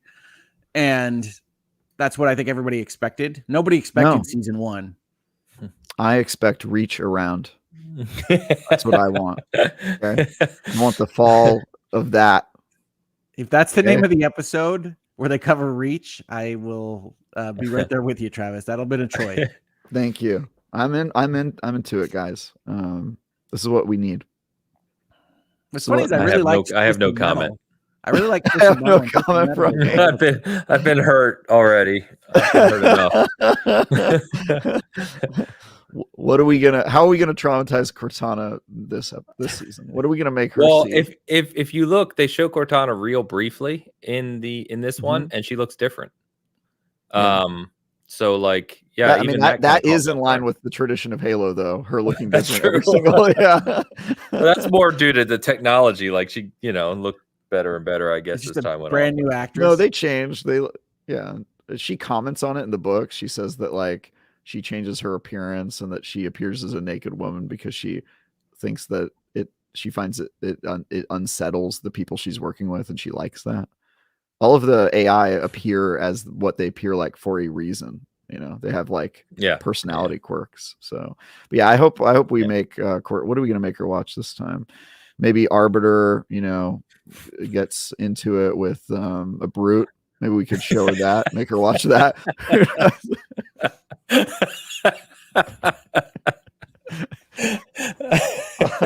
I don't know, man. What are we gonna do this season, boys? Put me in charge of that show. I'll make season 3. My god. All right, so quick diversion here for Hogue. So apparently, I guess I don't pay attention to this stuff, Hogue, but Michigan #1 playing Bama in, I presume, what would be a bowl game. Yes, it would be in fact a bowl college game. Football makes no sense. Come on, championship. It makes no sense. Yeah. So they let Bama in, huh? I don't know who got the other picks because I'm not watching the. Someone said I don't know, and I don't want to distract us too much here, but someone said that FSU did not make it. Whatever that's insanity. That is the SEC freaking using their powers for evil, because Florida State is an undefeated Power 5 conference champion. Unless I misread that comment, I don't know. But no, they were one of the ones that they could have kicked off if the committee were deciding not based on what the actual results of the college football games were. And I say again, college football makes no sense. Oh, it doesn't. So, all right. Well, anyway, good luck to your team there, my friend. Sounds like that'll be a big one.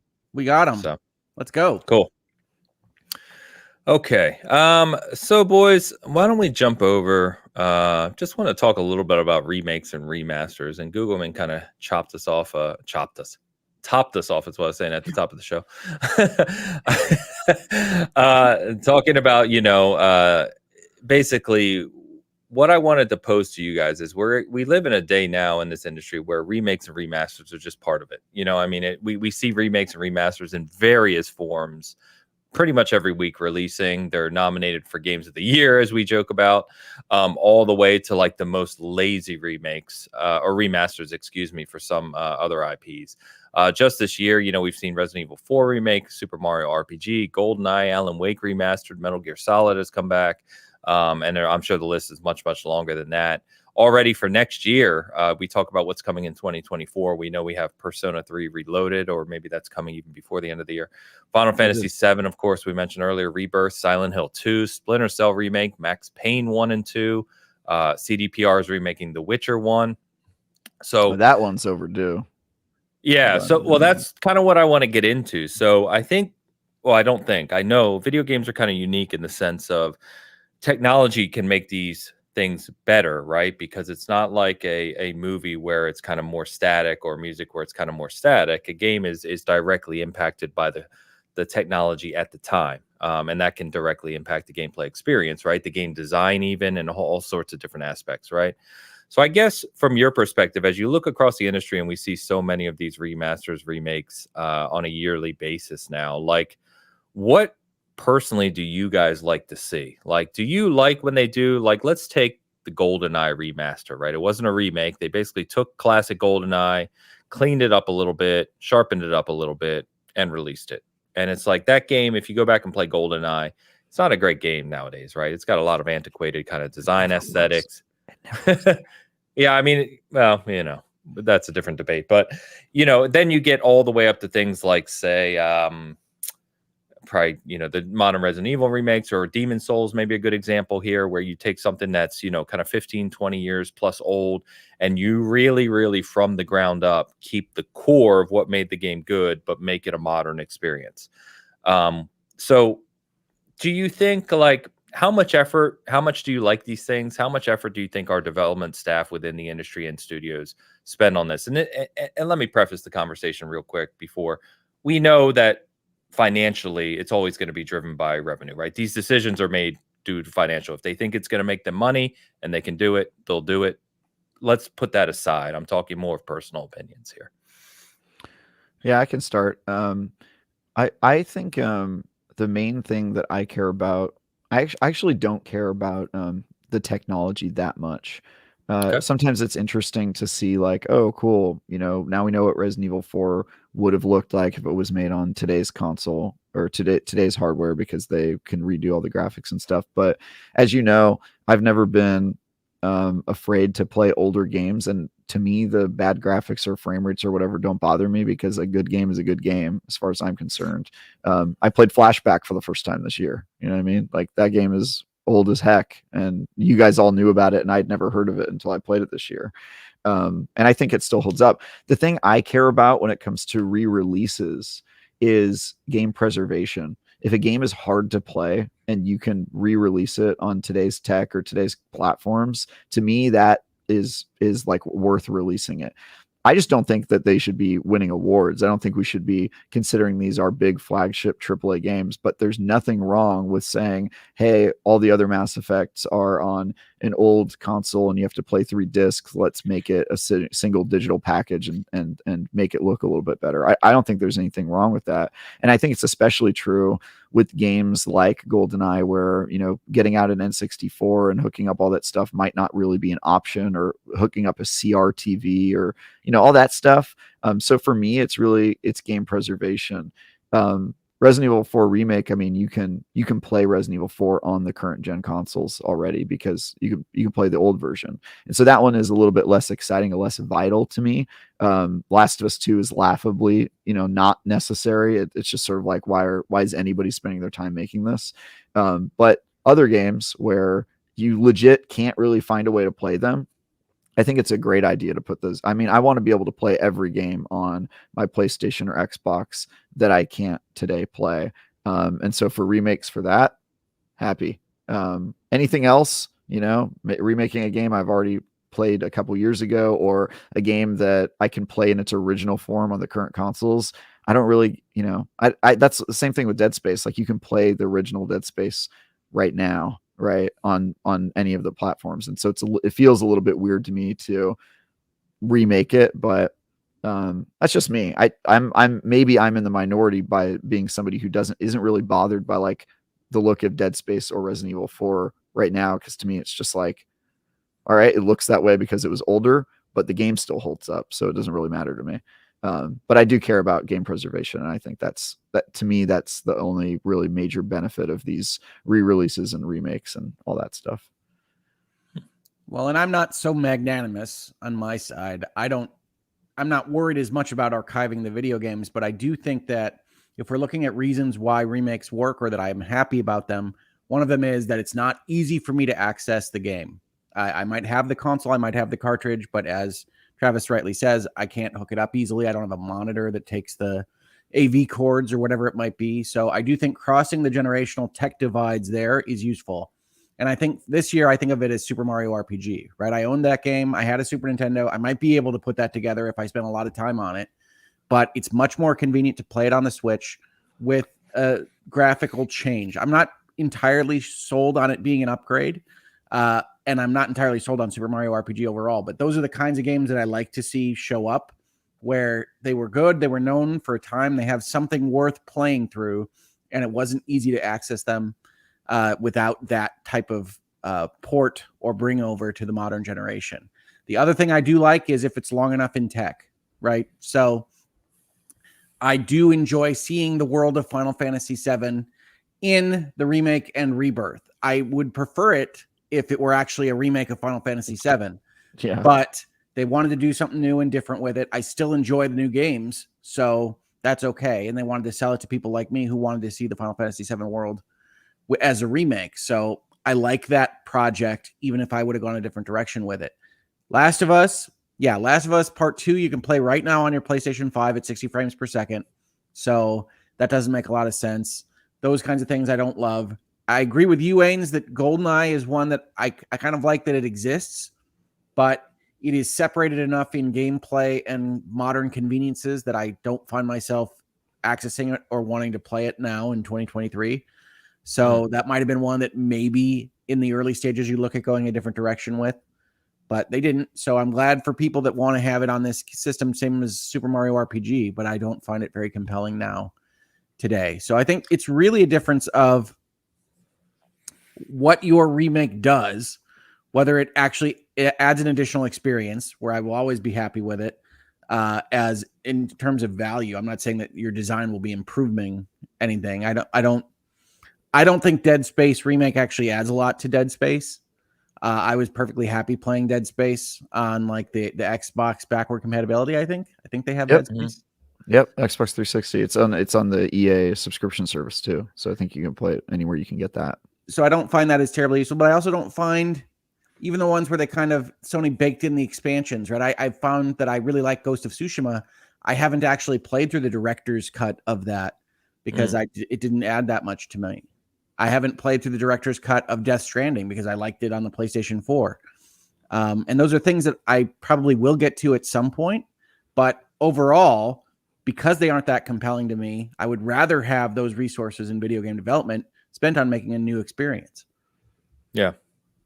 Yeah, I think you touched on two things there I wanted to ask about too. So it's a good segue. So the first is around Final Fantasy VII Rebirth, because I think, or the trilogy, if you will, that they're turning it. Yeah. Because I think that's a really interesting one, because if you go forward 20 years, right, and look back at video game history, you're going to have Final Fantasy VII, the original, as a completely different game than this Final Fantasy VII series that released. Not completely different, but you know what I mean, different enough. Pretty different. Yeah. So, and they've said that, a lot of this is new story. And I just find that really interesting, even within the remake and remaster conversation, that they've took an existing game, the kind of core of it, and then said, we're going to build a new game on top of it, if you will. We're going to expand it into a new experience. And I think that's kind of interesting. Obviously, it seems to be relatively popular. It's selling well and people love it. It's a great game, right? Like, first and foremost, when we have this conversation, the choices they made to bring a real-time / turn-based combat system into Final Fantasy VII, to put it over the shoulder, to do all the things that we expect from modern games, were all good choices. And when I say that I want it to be Final Fantasy VII, that's really narrative and story and plot more than the changes they made to make it a modern video game. I think everything that they decided there was brilliant. The story is where I have my qualms, but what they actually brought from 1997 into, I don't know the release year of Final Fantasy Remake, honestly, 2018, maybe 2019. Yeah, I don't know, honestly. Is great. Like I enjoy that. And you knew that from the demo, right? When you're doing the bomb run, just like you did the demo back in the 90s, it works as the Final Fantasy VII experience, even though it's different. But actually changing the story and making it a quasi sequel to Final Fantasy VII is maybe not what I would have done with the IP. But I'm glad that it exists. And I don't think anybody could say that if they've already played Final Fantasy VII, they've played Final Fantasy VII Remake. It's not the same kind of thing as with Dead Space or Last of Us. Yeah. I mean, I think remakes are, it's weird because some of them are like Resident Evil 4 remake, which like if you play Resident Evil 4 and Resident Evil 4 remake, you've played the same game. Like they are extremely similar. But if you play Resident Evil or Final Fantasy VII remake, it feels like more like the movie industry's definition of a remake, right? Like the old 1950s Mummy versus the one with Brendan Fraser versus the one with Tom Cruise. You know what I mean? Like those are all very, very, very different movies, but they are remakes of the same original idea or script or whatever, right? And so I think there just to me there just seems like there needs to be more clarity when people use the word remake, because I think in the games industry remake is used to describe when they're like redoing the engine or they're like reprogramming some stuff, like trying to make the game from the ground up versus just taking the same game and giving it some new textures or whatever. I don't know that separation is adequate now that we have a third definition of remake, which means you take the ideas and you basically just make a different game. Like the goal isn't even to replicate the original. It's just to take the idea and do something different. And so it almost seems like there should be remaster, something in between remake, and then the full remake, like you're getting with Final Fantasy VII. Like it's almost like a reimagining of the game. That's probably the right word. Yeah. And so it seems to me like there's three different types.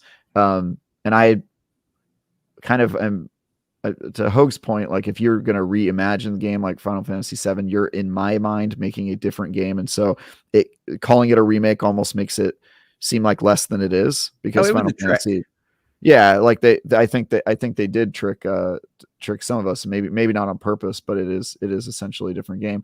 They also did that with the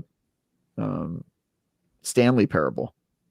Oh, I love Stanley Parable 2, which is not called Stanley Parable 2. It's not called Stanley Parable 2, but they also kind of tricked us on that one. It's a sequel disguised as a re-release of the original game, which is crazy. It's right up what they're doing with that game, but like the stupidest marketing ever. But I love it. Yeah, it is pretty bad marketing, but I think that's also part of the joke of the game. Yep. You can't call it 2.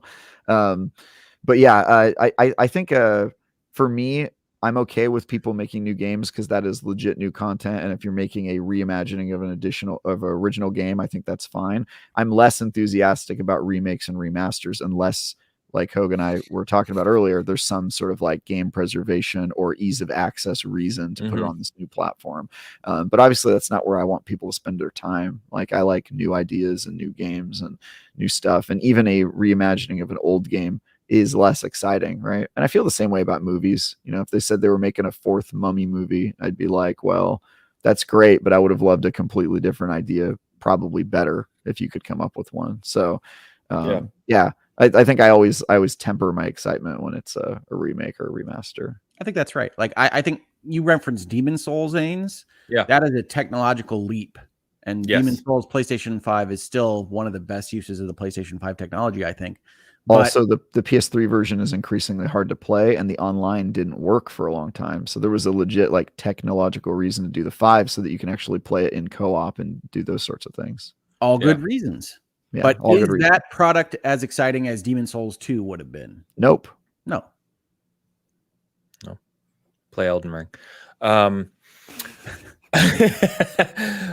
the Fallen now. Elden Ring is his remnant too, right? It is. No, all very good points, and I think we may see something similar with Silent Hill 2 from Bloober Team as well. Because if you read kind of their write-ups around what they're doing, it definitely feels like they could be going down the reimagining route, right? Versus what was the original Silent Hill 2, which is considered by many, including myself, to be one of the greatest horror games ever made. So, like, God, I think wish you I liked start. Bloober. Sorry. I wish I liked Bloober Team. I don't trust them with that project at all.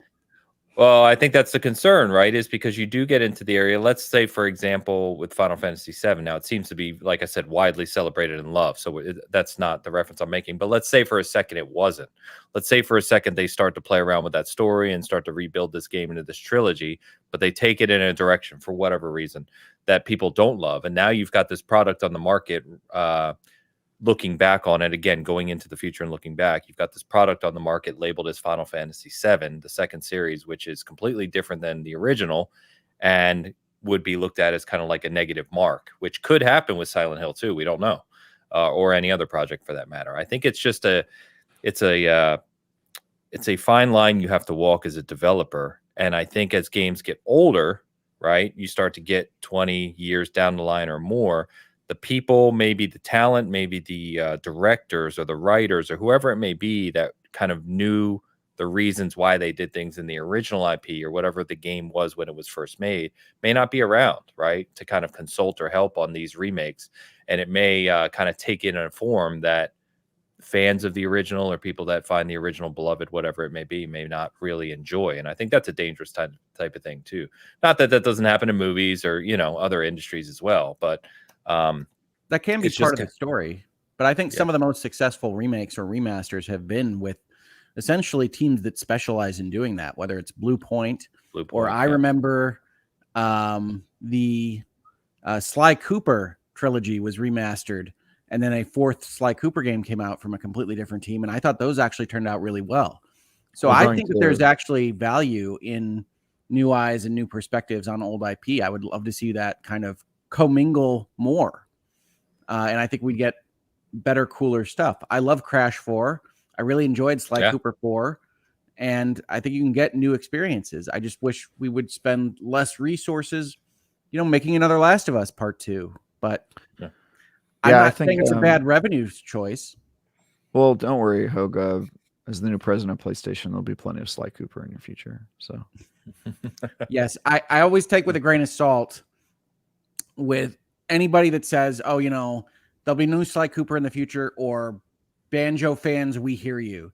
It's like, look, I don't think that you're silly on these things. I don't think that you're ignoring that people have said that they like these things. But when you go and you look at the accountants and they say, yes, there's 3 loud people on Twitter or Travis that wants X, and then they say, okay, well, then we'll make Gears of War 18 or whatever. Right. Hey, so I don't think Phil Spencer is ignoring you Banjo-Kazooie fans. I just don't think that you should be holding out for Banjo anytime soon. Well, I don't like you today, Hogue. I don't like you today. I think there's always a chance to reinvent a well-known mascot to make him relevant for the new generation, while also giving nostalgic fans a chance to do it. And I think that is where it becomes viable. So when you see Banjo in Fortnite, I will agree that something's happening. You saw him in Smash Bros. Smash Bros is a pretty damn big game. Yeah, it's true. You're not wrong. Banjo. I have hope. I hope he comes back and it's a card game. Let's go. Yeah. Travis, number 2 in the country rooting for Banjo-Kazooie Nuts and Bolts 2. Nuts and Bolts was ahead of its time, y'all. It was so ahead a good game. It is a great game. I think I have every achievement in that game. Like, I played the crap out of that game. It's not what core Banjo fans wanted. That's all. That doesn't matter. I'm just saying that we all know that's the reason. Like, all core Banjo fans are already dead. Okay, that was 200 years ago. Relax. All right. Relax. I literally sold that game at Electronics Boutique. Come on now. No, you when didn't. He was 37. Come on. I did. No, I did. What? EB had those VCRs that ran the things, and it had a Banjo-Kazooie tape that had a 3-minute trailer that ran 30 times an hour or whatever. How many Prussian francs did a copy of Banjo-Kazooie cost? Oh, you are too much today, Travis. Taking those shillings. So I said there were 2 points you made there. I wanted to jump back to, and now I forget what the second point was about the So do I. remaster conversation. I'm sure it was good. I'm sure Travis would have had no commentary on it. No, not at all. Not at all. I never have opinions on anything, guys. I'm just a chill dude. I'm a chill guy. Chill guy, just hanging out, man. Just hanging out. Someone in the chat asked about Xbox's kind of game preservation attempt with, you know, their modern kind of emulation. And I think, in my opinion, and tell me what you guys think, but in my opinion, especially for the console side where it's more challenging, it's kind of the gold standard. Awesome. Yeah, I think it's fantastic that you can play 4 generations, or all, I should say, all Xbox generations of their games to some degree. And they just figured out a way to kind of lightly, what I would call, remaster them, right? You get better resolution, you get better frame rate. Sometimes they add things like HDR, right, to give it a little more pop in the color space. Red Dead Redemption is still best on Xbox backward compatibility, as is Final Fantasy 13. Yeah, it's fantastic. Yeah. And I think that like, I'd like to see more of that, right? I'd like to see more of companies investing in products where you don't have to go out. And I think, not to pick on Nintendo, but I think Nintendo does this poorly, where they'll sell you the same game 15 times. Whereas, you know, you can just kind of, I can literally put in an original Xbox disc. Like, I can go play Morrowind on my Xbox Series X right now. I had it installed. And I think that, and KOTOR for that matter, we're talking about the Knights of the Old Republic remake. You can play that at a higher resolution on your Series X or Series S if you download it. Nice. And I think that is, you know, that's worth shouting out. And I'd like to see more of that from the big players in the industry. I will just say that I can play a game that would never get remade, remastered, or ported in any sense, because it not only didn't do well commercially, but I don't think the team that made it even exists anymore. And frankly, I don't know who owns the rights to it anymore, which is one of my favorite turn-based RPGs, Gladius. It's an original Xbox game, LucasArts. I can play that game. I can play that game right now. And I actually rebought it digitally. I still own the disc, but I bought it digitally just so, you know, ease of access and all that. And I also, because I don't know who's getting the money, but they deserve an extra $10 or whatever. Yeah, like the fact that I can play that game, you know, that's. Yeah, you can play Gladius, awesome. You can play Lost Odyssey, you can play all sorts of games. Yeah, I still play really Lost Odyssey, one of my favorites. I think it's one of the best advantages of Microsoft being a software first company is they figured that out, and they put in the investment to actually go and have to tweak various of these executables for their emulation engine and get approval from the publishers, right? Like, they went through the legal steps necessary to do this somewhat difficult thing, seemingly purely to make it a more robust ecosystem to compete with, obviously, PlayStation and Nintendo. Yes. I would love to see that from all the console providers. I don't think you're ever going to see that from Nintendo, because they are the Disney of video games. They like the vault. They like to bring things back up to whatever standard they have right then and sell it to you again. I'm actually of the opposite opinion. I think Nintendo's era of being able to resell you things is starting to become kind of it's sort of unacceptable in today's ecosystem. And I think they're realizing that, and you kind of see it in their subscription service, and they're giving you access to all those portfolios. I think the era of them being able to make money off of reselling the same stuff is coming to an end. And I think they know that it's like the time where that was socially acceptable is sort of over. Like, consumers aren't really going to go for that sort of thing anymore. Now they're just going to sell you amiibos. What I was going to say was that I agree with you on this, and that I think what we've got right now in the Switch generation is a specific moment in time where Nintendo had basically its worst console and its best console back to back. And so a lot of what you see dragging forward into the Switch are Wii U failures, and that is going to go away with whatever the Super Switch or Switch 2 is, because people all had a Switch. Yeah. So you are probably going to see a translation between those generations, and you're not going to see this same kind of movement. But I think Nintendo is always going to believe pretty fervently in the vault system of its intellectual property. Right, I don't think you're going to see a Super Mario Odyssey remaster on the Switch 2 like you see Last of Us Part 2 on the PlayStation 5. But I do think you're right that you're also not going to see a bunch of Switch games come over because they were deemed failures at the Switch level. So I think Nintendo ultimately is going to continue operating like Nintendo does, slightly out of step with the rest of the industry, but maintaining its value and its IP by holding on to things and only bringing them over when they think there's a value to it. I think they'll have a slightly modified model where you can play pretty much all of the backlog going back to the original Nintendo and the Super Nintendo, all the first party stuff that you love and that they still have the rights to will be on those digital platforms. And I think the only time you'll get them reselling you that stuff to you is when they've actually done something, right? Like if they make a Super Mario RPG where there's like actual money in a team that went into developing something and it's sort of a different game, it's its own thing, I think they'll charge you for that. But I think the days of them being like, hey, it's the same Super Nintendo game, now we're going to sell it to you on the Wii and then on the Wii U and then on the Switch, and those are all separate stores and you have to buy it 3 times, I think that's done. I think they finally added a second potato to their servers, and now are at the point in their development where they're going to stop doing that to people. And I think it's a response to consumer demand. I think people were just like hitting them hard enough about it, especially when you see what their competitors are doing, that it just wasn't viable. Don't get me wrong. I think if it weren't for Xbox and PlayStation, they probably would be content to do that forever. And it probably would work for them until those consumers became old enough to where, they weren't in the marketplace anymore. Well, I think you're going to see Nintendo being weird. I mean, I yeah, think they'll be weird stuff with their remixes, right? F-Zero 99, some of the stuff they did with like the Mario celebrations where they had like the little challenges and 3-minute loads on the Wii U. I would love to see more of them just doing things with their IP. And Ains, can I grab the super chat because I think it's funny and it calls out lawyer math? Yeah, we can catch up on them. Go for it. So this is Britt Cormier. Thank you so much for the super chat. I really appreciate it. And Hogue saying 3-minute trailer that played 30 times an hour. No wonder lawyers can charge for 28 hours in a day. Okay. Look, first of all, my invoices are very fair. I'm a very fair lawyer and biller, but my math is awful. And certainly 3-minute trailers do not fit 30 times in an hour. So I appreciate you calling me out on that, Britt. It's a good super chat. Let me catch up on the other ones while we're at it. By the way, Don Lionheart with the $2 super chat. Hello all. Not much to say today. Hope all is well. Thank you, thank you, Hogue. Thank you, Don. Yes, doing well. Doing well, Don. No, I appreciate it, Don. And yeah, I think so far the camera's holding out. You always knock on wood if you got any around you, folks. But I think we're doing okay today.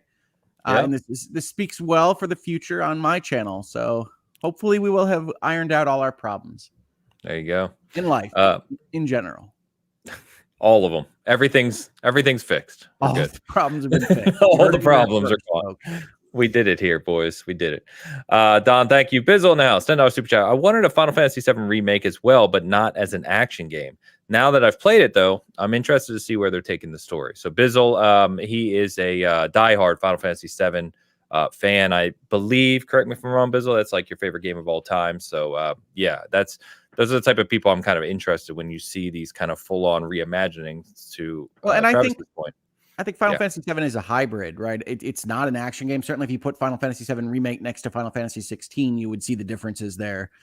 But I certainly understand people not wanting that kind of direct control, even at the Final Fantasy VII Remake level. I personally just think for retaining the feel of Final Fantasy VII within a modern direct control landscape, that battle system in Final Fantasy VII Remake is, I think, the best Square has ever done. Including Final Fantasy 16. I think 7 Remake is better. Gotcha. Fair enough. Yeah, I've heard a lot of good things about it. I haven't played. It's not my game, but a lot of positivity around it. So, hate it. Thank you for the super chat. Appreciate you. All right. Well, anything else you want to touch on with the remaster remake conversation? It's going to be interesting to see, I guess, what we get next year. Obviously, these aren't going to slow down. I think especially from a remaster perspective, it feels like, they're financially viable for companies. And so we'll continue to see it. But I do want to also, we talked about Xbox. I do just want to shout out, I did enjoy, even though it's kind of behind a subscription service to a degree, I do enjoy that PlayStation is using their cloud streaming technology to kind of bring back some of the classics on the PlayStation side as well. So you have those PS1 classics, PS2 classics, etc. So to cool. Travis's earlier point, I've gotten to play a lot of those games. Yeah, being able to play those games is cool, right? Except making them more accessible in today's world, which is awesome. So. It is funny when you go back to a game that you really loved, like a Siphon Filter, and you're like, whoa, Whoa, these controls. My goodness. PS1 era is rough. Yeah, very Very rough. specific type of games. Yeah. Yeah. I fall back into them pretty quick though. I don't know. I'm not really fussy about that stuff. I love Siphon Filter, and it is a difficult ask to go back to those games. I am happy that they're on my PlayStation 5, but yeah, it's a different era. I think that's why the 16-bit era is so successful to me, or so memorable, I should say, maybe, because you can go back to those games, in my opinion, a lot easier than you can the early 3D stuff. Well, look at the digital remasters for Final Fantasy. Those all turned out great, I think, and they do make changes to the video games in important ways to modernize them, but they survive the test of time because they are kind of very simple, formulaic ways to present world and battling in a way that, when you're talking about the PlayStation 1 era, it's developers trying to figure out how 3D best is controlled. Yep. Especially in early PlayStation 1 without a joystick. So yeah, I love Siphon Filter. I will continue to advocate for Siphon Filter, but when you do download the I guess it's really just a port onto the PlayStation 5, you will say, oh my God, I don't remember it feeling this way. So yeah, I think people broader, you asked for our final comments on the remake thing. I think the thing I would say is, especially based on this conversation, if you can't tell, I think remakes and remasters and reimaginings, whatever you want to call them, I think is too broad a category to have a generalized rule on good, bad, or otherwise. So I really think it's a case-by-case kind of thing. How long has it been? What are they adding to this particular pie when they try to sell it to you? What is the price of that? How are they trying to sell it to you? I think it's worthwhile to note that as much as we dog on The Last of Us Part 2, they are offering it for $10 to the people that own Last of Us Part 2 already, which I think is good. Obviously, I think some of the stuff Xbox does is a little bit better when you talk about free upgrades to Red Dead Redemption or what have you, but $10 is different than $70, obviously. For sure. Absolutely. Yeah. I just wanted to point out that this wasn't much of a debate. And I think that goes to show that like gamers kind of agree on this stuff. That's just my general perspective, is I don't see a whole bunch of like, there's like minor disagreements of like, oh, well, I wasn't as interested in that. That kind of comes down to personal taste. But I think everybody agrees on the core value of like, we want to be able to play games that we liked wherever we are on our new stuff. And I think the industry has embraced that largely, even though not all the platform holders do it great. Like they all understand that it's a value that they want to achieve. And then, in some cases when a game's really old, we want to play a version of it as we remember it in our mind's eye, which is not necessarily reflective of reality. And sometimes that calls for a remake or remaster. That's not my preferred way to play games. I don't like to play stuff I already played, even if it's got a facelift. But I understand that need, and it doesn't like bother me that we occasionally get that. It's just not as exciting. Yeah, it's good. I mean, I think earlier you said Resident Evil 4, for instance, is basically the same game. And I agree with you in terms of they caught the feel of Resident Evil 4 and the basic structure of what you're doing within the game, but it is definitely different, and it's made modern changes to like some of the way the geography works and how the game progresses in a way that's just modernized. It just feels like, yep, that's the Resident Evil 4 that I played, even if you never did X, Y, or Z back in the GameCube era. So I think that's a remaster that I give a lot of crap to Ains for, and I don't want to see it up for Game of the Year, but it isn't just a Neither did I. A repaint of exactly what's Ains didn't want to see it on the Game of Year list either. He was just so pessimistic in the voting, and that's why he tied for first place with all three of you. Stupid. It was one game off. All right. Anyway, and you found a new roguelike that you love. So everybody did. No, I did not. But yeah, my point is just I really like that this is one area that I think brings the community together, which is that we're all gamers, we're all consumers in the same way. And I think we understand this. And I think developers and publishers are getting on the same page as us over time. I think they're kind of getting it as well. And sometimes there are cash grabs out there. I think Last of Us 2 remaster is probably a pretty big cash grab, but we all get what feels good and what doesn't feel good, and you know it when you see it, right? It's just like you said, case by case basis, Hogue. Like when you see a remaster remake, your gut reaction is you kind of know it, and even if it's a game that ends up not being as good as you remember it, like maybe GoldenEye, it is cool that those games are playable on modern places that people play games. And game preservation is one of those issues that I think is picking up momentum, but we have so far to go before I feel safe with the fact that I got to there's already tens of thousands of games that are kind of lost. You know what I mean? Yeah, like they're just gone. There's so many. I was two things real quick. I would say on the Resident Evil conversation, it's kind of funny because if you missed it this week, they basically Capcom confirmed there's more coming. So the Resident Evil remake train is not slowing down. Which, Code given Veronica. the success of Capcom, I know you're watching. Code Veronica. Yeah, Resident Evil 5. No, Code Veronica. I want to punch a boulder in 4K. In 4K. Yeah. Let me punch that boulder into some lava, y'all. The other thing you brought up, Hogue, which I often forget, and I think especially some young people may not even really know, is that there were 2 years of the PlayStation 1 era with 3D games that had a D-pad only, D-pad and buttons. And you used to use the L1 and R1 buttons to move the camera, kind of, rotate it or what have you. Is a very different era. The N64, and Mario 64 with launch, of course, kind of rethought that process, and PlayStation quickly followed suit. But it's kind of interesting to think there were 3D games without a single thumbstick for a couple years, Yep. Then a 1 joystick era, and then the 2 joystick era. Exactly. Yep. It's kind of funny. Soon the 3 joystick era, which I am excited for personally. I think we're gonna have a real go of that. I'll have to go to more occupational therapy for a 3rd joystick. Yeah. Well, look, if you don't have room in your life for a 3rd joystick, you just need to let more joy into your life, because that's what the stick's for. You channel your joy through it. It provides joy. Yeah. Okay. Yeah, I'm moving on from that one. So we're talking about game preservation, and it brings up. I'm going to go ahead and segue over to this announcement from PlayStation that came out this week. That as of December 31st, I believe, a bunch of the content in their movie and show department that you may have purchased digitally, that may be in your library today, will be removed.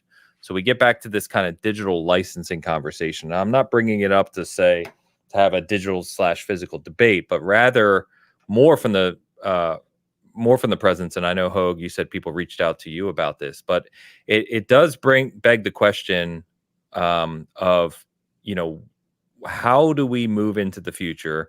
And I'm with you guys that digital is the future, right? I know I'm antiquated with my physical but I think we still haven't kind of firmly worked out fully how that's going to work long term, right, for years and decades to come, in terms of what ownership means. And we joke all the times around, you don't really own that, which is not really a joke, it's a fact.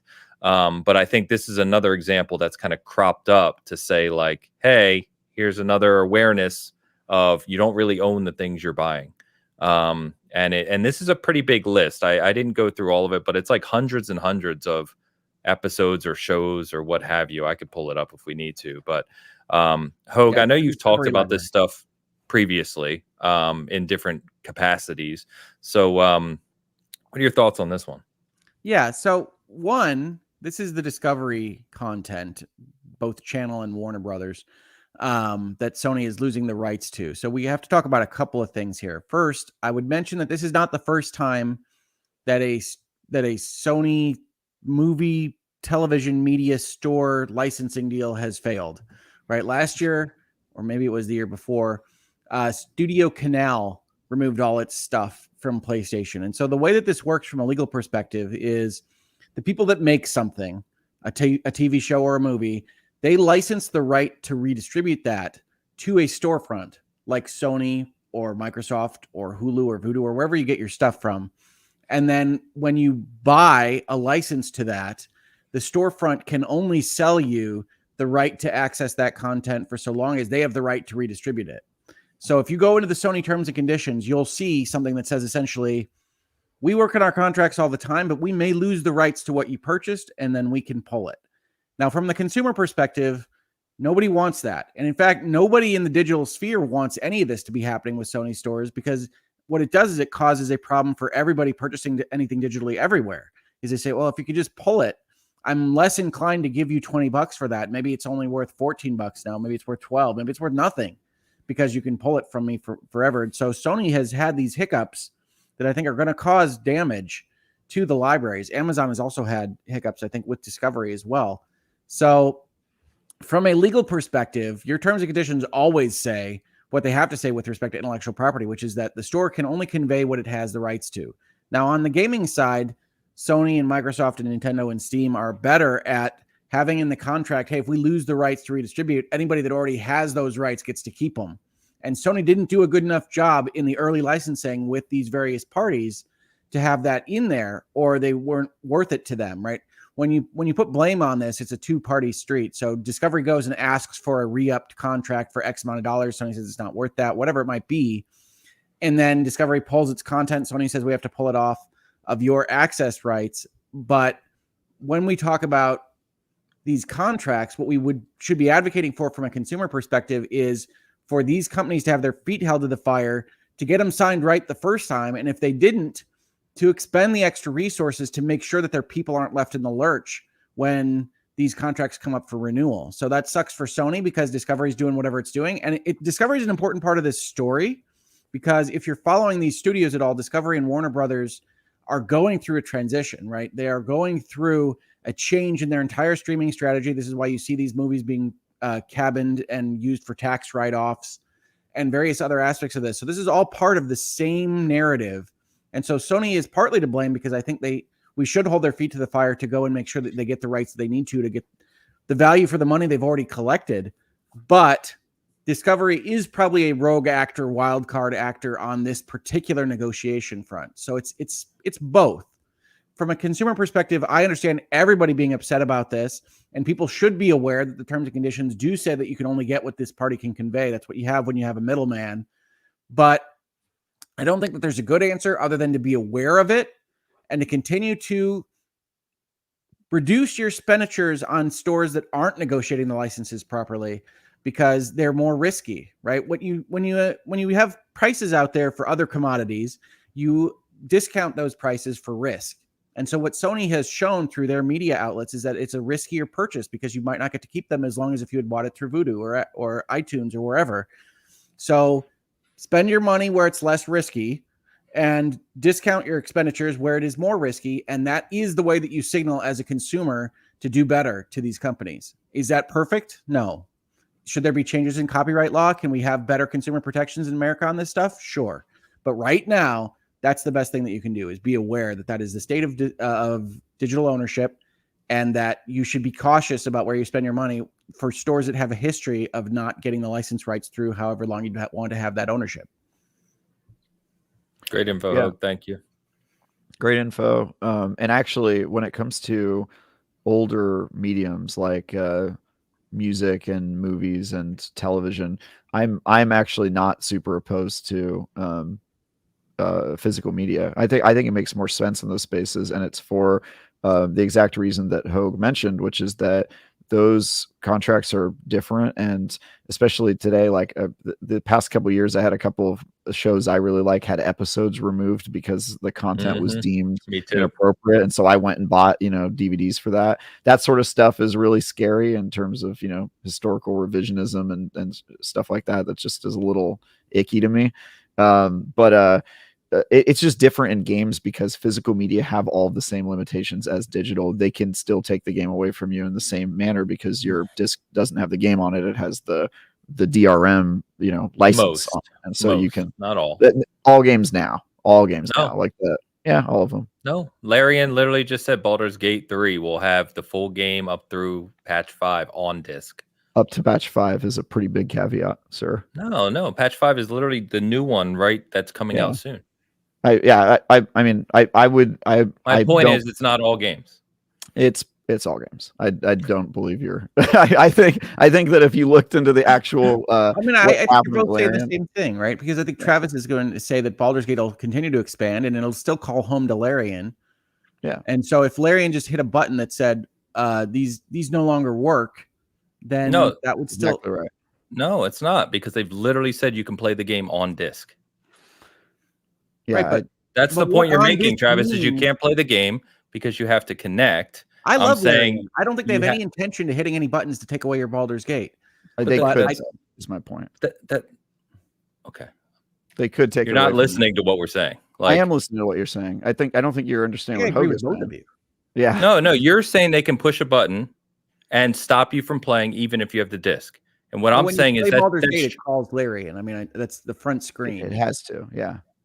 Okay. So that's my point, Ains, is that even if the full game is on the disc, they can't update the content that's on the disc. And so as the game changes, your disc isn't getting new content added to it. And that wasn't what we were talking about. You're saying you can't play the game. My point is that you own the game as much as Larian says that you own it, in the same way that you do when you're digital. And I think this idea that the disc magically protects you from the rules of DRM it's just a false narrative. It's not true. Usually doesn't. Correct.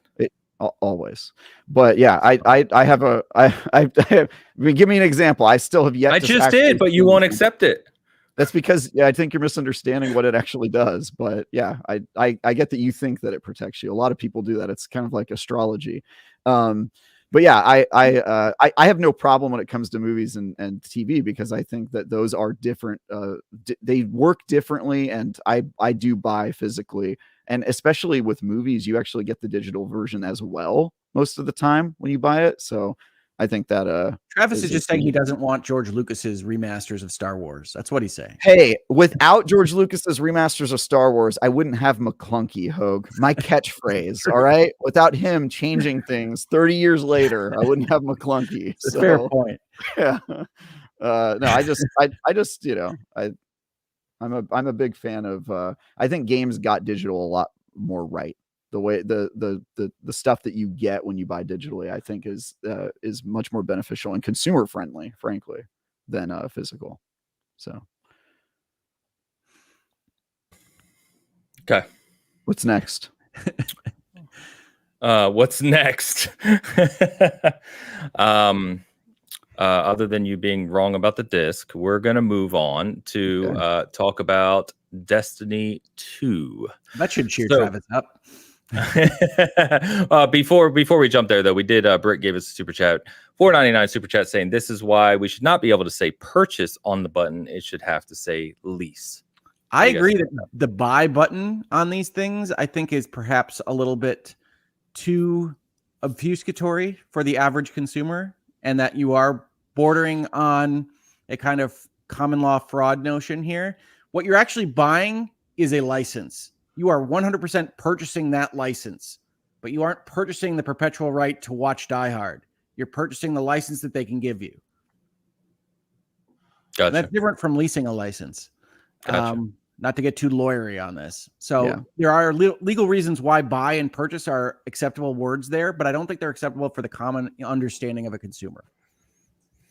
Yeah. Gotcha. By the way, go ahead. Oh, go ahead. I was going to say on Larian's site, with Baldur's Gate 3 on PlayStation 5 and Xbox being fully playable on disc. Thank you. Okay. Yeah, but what version of the game? All the data. I just said they said through patch 5, the one that's coming out soon. So then you own that version of the game, is my point. You don't actually own the full game. That's not the point you're shifting. That's not what you were just arguing. I'm saying exactly what I just said earlier. I think you're both saying something that is slightly different, and that you're both right. You were saying it has to connect to the Larian server to play. I'm saying no, it's playable on disc, which they've clarified. I said a version of the game. Like there are examples of people publishing discs that you can play the full game on. Like somebody in the comments pointed out, Limited Run does that, but that's a version of the game, right? Yeah, and here's where I think the difference is, Ains, right? So Larian says you can play it on disc.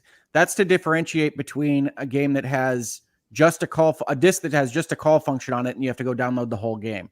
Larian is trying to say you don't have to download the whole game. But what Travis is saying, and what Travis and I are saying to some extent, is that Baldur's Gate will continue to evolve, and that the disc is not going to give you Baldur's Gate 19, obviously. So version 19, you still have to call Larian. And if you turn on Baldur's Gate, you can play it off the disc, but it's still going to call home to Larian, and Larian can make changes. Larian today in 2023 can't commit to what Larian in 2039 is going to do. I never disagree with that. I'm just saying you can play the game. Yep. You can play a disc. game. And for games like Limited Run games or others that people pointed out, those games are finished and not receiving further updates. Some of them. Yeah. But my point is you can play a game. No, hold on. Let me finish. So again, you going no games you can play on the disc is wrong. Period. I completely disagree with that. Yeah, but yeah. Yeah, I think you're missing my point. But we can move on to Travis's understanding of Destiny 2's $15 package of goodies. It's like talking in circles. So Destiny 2. I think you're missing the point entirely, but yeah. As you are. So Final Shape has moved to June 4th. They moved Final Shape back to June 4th. And Travis, feel free to correct me on any of this, but what I got from the press release. So Final Shape is relaunching on June 4th. In April, they're going to begin a 2-month content update, which will kind of prepare you for Final Shape. And they're going to do weekly events starting in February as well. So it looks like they're trying to kind of move this final go of Destiny 2, whatever that is, to kind of 2024, the first half of 2024, which will lead up to this final expansion. So I know we talked before, especially with Lightfall, Travis, around Destiny 2 kind of having a rough year and not kind of hitting the mark for the long-term players. They've seen some player drop-off because of it. How has this been received since this announcement earlier this week? Well, the announcement was too late because this leaked like almost a month ago, and Jason Schreier and Rebecca Valentine and other people who know the Destiny community said that when the layoffs were announced and they lost 8% of their staff, that they had also decided to delay the game and we're going to need more time, especially with a smaller team working on it. So this was one of those things where the community was kind of upset at Bungie for not addressing the delay earlier. Like people were asking them in social and online, like, when are you releasing the game? And I had said on The Last Word that the only reason Bungie hadn't addressed it yet is because the layoffs were still new and they were probably still trying to decide on what the release date was going to be. And so I predicted that they weren't going to announce a new release date announce the delay until they had a new release date in mind. And so I think that took time, but they did come up with their release date and also what their plan is. The plan is a little troubling for the way that Destiny is currently doing their live service model. I don't have a problem with a live service that says take a break, but Destiny doesn't do that right now. They expect their players to play every day, and that's sort of how they're set up. And so last time that they went through a delay of this kind and had to delay it by 6 months, they got lucky because it happened to be the 30th anniversary of Bungie, and they had a little like mini expansion coming out right around that time that served as like okay, well, this is something to do for the next couple months now that we have to wait even longer for our expansion. They don't have that this time. And so an extra 6 months with no additional seasonal content in the pipeline and no major events is a big deal. And so the 2-month patch that you're talking about, they always do that before they release an expansion. So that's not really any new content. That's just like they prep the sandbox for what the guns are going to feel like and what the balances are going to be in the new expansion. So that's not really content. That's just the stuff that they always do before they put out an expansion. They make sure that the sandbox is stable and that everything's balanced before you play their new content. And then the other stuff, weekly events, my fear is that those are just going to be things like Iron Banner, which is something that they do like once a month. That's not really much of an event at all. It's sort of just they did say Guardian Games, whatever that is. Guardian Games happens every year around that period. Anyway, they do every season, every 3 months, they do like one major event. So that is something that already happens around that time that isn't new. And so it is it's a little troubling to think that they're basically just going to try to bridge that gap with weekly content that isn't unique in any way, so far as we can tell. In my mind, if they were a more healthy live service game, and I think this is probably where they're heading in the future, they'll probably release more substantial content with larger wait times in between. But unfortunately, the culture around Destiny right now is to not do that. It's you need content every single week. It is a weekly like log on. They're really into engagement and tracking that people are engaging with their game. And maybe that's because they put so many microtransactions in their game. They need people on for longer so that they're more likely to spend money. But for whatever reason, that is the culture around Destiny right now. And it seems like Destiny, the people of Bungie are still chasing that dragon, which is, I don't think going to go well for them. I think it's going to be a pretty painful 6 months for the Bungie community while they're waiting. to me, that's fine. Like I just wish they would just not do anything with the game and be okay with people not playing, because I got to imagine that they're expending a lot of resources trying to keep the wheels on this thing. And it's just like, it would it be crazy for you to be like, hey, we're having a 6 months delay, we have nothing planned during that window, maybe play another game, and for whatever reason, probably because they're trying to get those microtransactions, and they just are not doing that. And they've tried it in the past and the community's not reacted well to it. But I do think after the final shape, based on what we know of their new model with episodes rather than seasons, that it seems like they're finally getting into that mindset of, we don't need an expansion every year. Sometimes expansions take more than a year to make. And we don't need to have players logging in every single day. Maybe we can have longer gaps between the content. I think that's the direction they're headed in the future, especially with them launching a second game probably around the time that they would implement that model. It's unsurprising but unfortunate news, and I don't think their answer to how we're going to spend the time those 6 months is satisfactory. And I kind of wish that they would just tell players to take a little bit of a break. I certainly am going to be taking a break during that time. So is Final Shape the end? Like, no. When Final Shape releases and whatever that expansion turns out to be, has Bungie commented on, is that the end of Destiny 2 outside of maintenance at that point? Nope. It is not the end at all. It is the end of the Darkness and Light saga, which means that the storyline that began at the beginning between the Traveler and this unnamed darkness is officially going to be over, but there's going to be other adventures. And in fact, they've already announced what some of those are. There are episodes that are happening every however long they want to do it. It's like, and they mentioned that the content is beefier, that the episodes are going to last longer than the current seasons do, and they're going to take more weeks to complete. And they have like a weekly sign on and like do this part of you can do one act, and then 4 weeks later, act 2 becomes available. So they have content coming. We don't know if there's going to be a Destiny 3 or if they're going to upgrade the game in any significant ways. But my guess would be it'll probably be a pretty long gap between the Final Shape and the next major expansion. They're probably just going to be doing like smaller episodes. And then my guess would be like 2 years, 2.5 years, we'll hear about what the next thing is, and they'll rebrand it as basically like a soft Destiny 3.0. Even though Destiny is long past the 3.0 actually. So it'd be more like a 4.0. Lightfall was their official 3.0 in terms of their like engine and all that. It's an interesting, nobody really knows. I take that as a good sign, because I think that they're finally admitting that releasing an expansion every year is unsustainable, and that their quality is varying so drastically. Some years you get Witch Queens, and some years you get Lightfalls, and you never know which one it's going to be.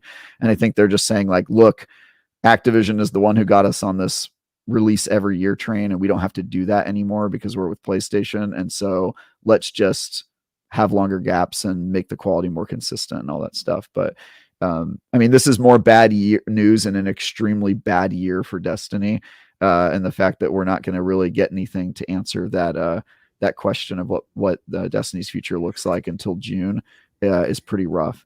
That said, the other thing that leaked after the layoffs, and there were all those Destiny scoops because people no longer worked at Bungie and were just talking, is that the Final Shape was good, not great, according to their own employees. And so with that coming out of the kind of early play tests and leaking, I'm very glad they delayed it, because the thing that will kill Destiny and probably ensure that it doesn't have much of a future is if the final conclusion that players have been waiting for a decade ends up flopping. Even if it's good, Destiny still might die, because so many people I know are like, I've either stopped playing or I'm going to join for the Final Shape and then I'm out. Like, I'll count that as my kind of end game, the Marvel end game. I think to Ains's point about whether it's over, Bungie might not think it's over. Marvel didn't think Endgame was the end, but it looks increasingly like it. Yeah, exactly. So I think that's the position that they are risking, is that even if Endgame is the Final Shape is amazing, it might be kind of the killing blow to a lot of the fan base that they've built up over the year, who are just sort of exhausted by 10 years of Destiny. But there's also the opportunity for them to put some distance between the players and keep doing smaller things, and then have a big revival in 2 or 2.5 years, which I think they will do. And I think they'll get there because they're Bungie. They're a very talented studio. They have Sony as a security blanket, and they also have Marathon in the pipe, which I think Marathon is probably going to be a successful game. I mean, it's made by a team who knows their stuff. So yeah, it's a precarious situation. I can tell you that like most of the people I know, or even the diehards, are sort of at this point like, all right, I'm probably going to take a long break at the very least after the final shape. And I certainly understand that. Well, and they got a lot of live service competition, and they'll have more with the first half of 2024. Yep. Yeah, it's only going to get the marketplace only going to get tougher for sure. Yep.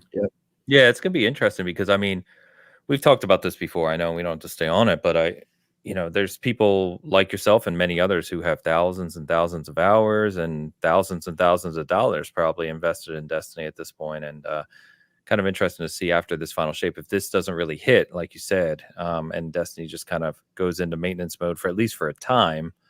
Yeah, it's a shame, really. Feels like they need to rebrand it long term, just Destiny, and whatever that next future is going to be. Yeah, and they continue to be. Well, this is a point of contention in the community, but like a lot of people think there either needs to be a Destiny 3 or they need to just like do a refresh. And then there's other people who say, no, don't you dare. I invested so much time in this game. I don't want you to do that. And yeah, I don't really know what Bungie's going to do. At the very least, they're going to have to update their engine in a big way because it's definitely showing its age in a kind of unsustainable way at this point.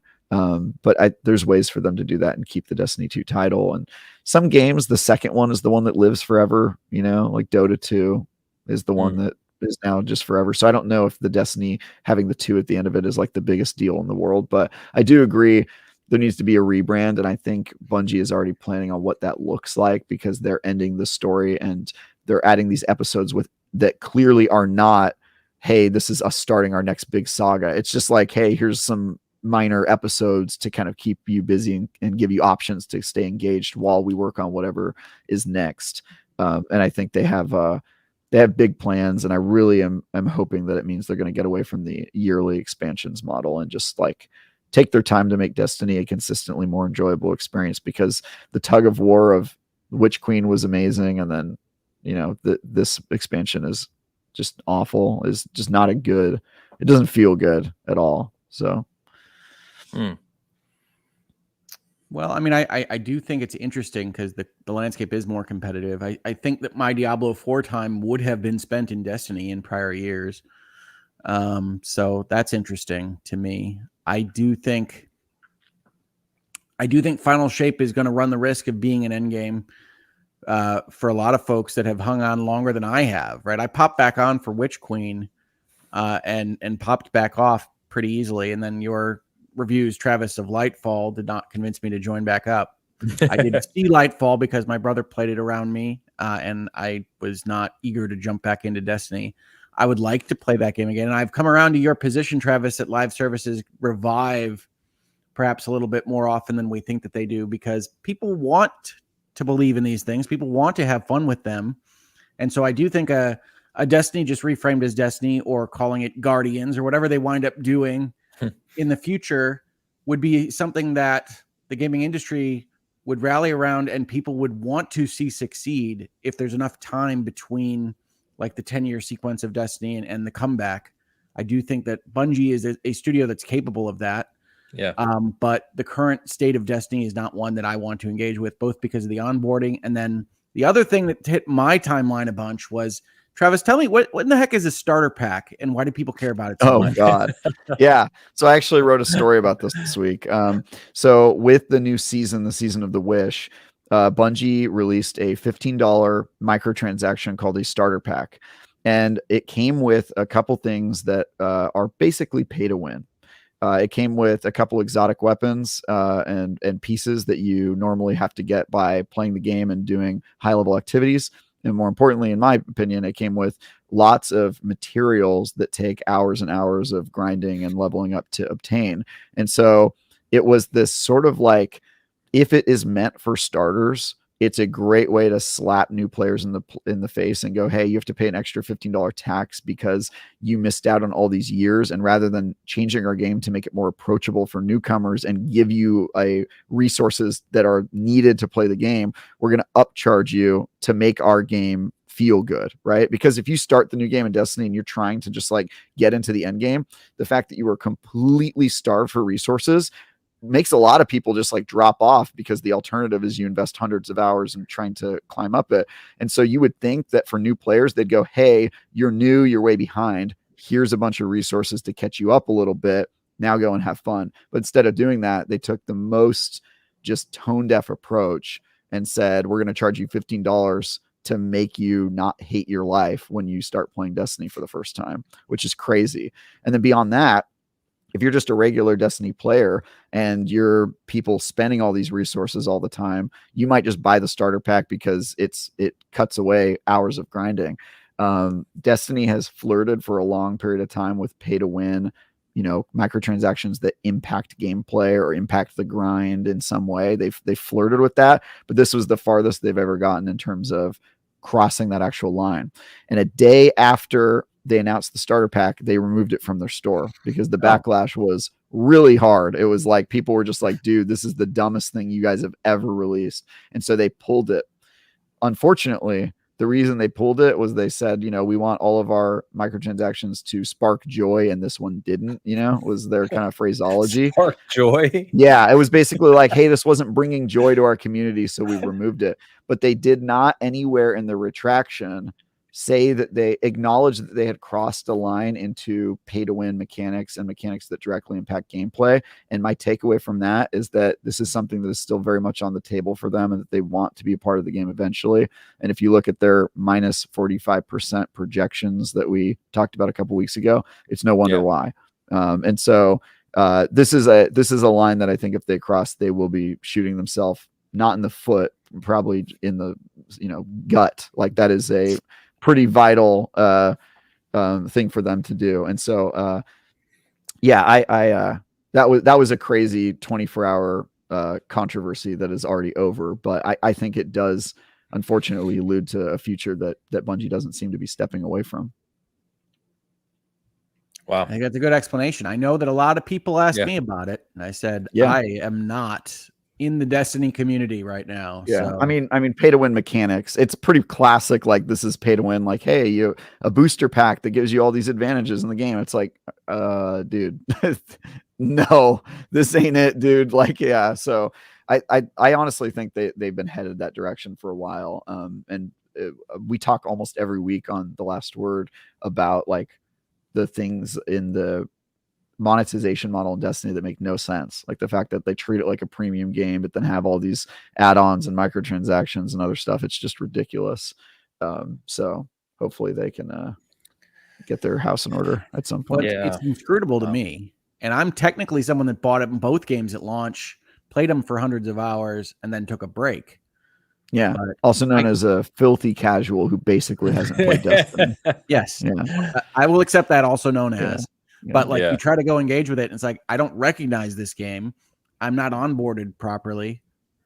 Yeah. They're also the starter pack included a bunch of like high level crafting materials, and it comes right on the eve of them removing one of the most important currencies from the game altogether that some people have stockpiled tens of thousands of that material on, myself included. It's like their main currency, legendary shards, are just being removed from the game.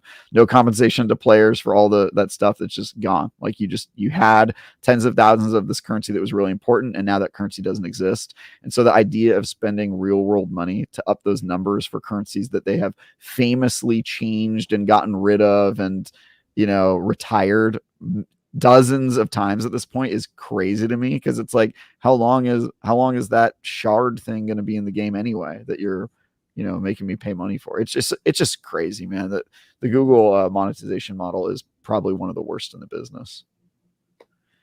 No, you said that's Google wild. There? What did I say? The Google monetization model? Oh, did I say that? Oh.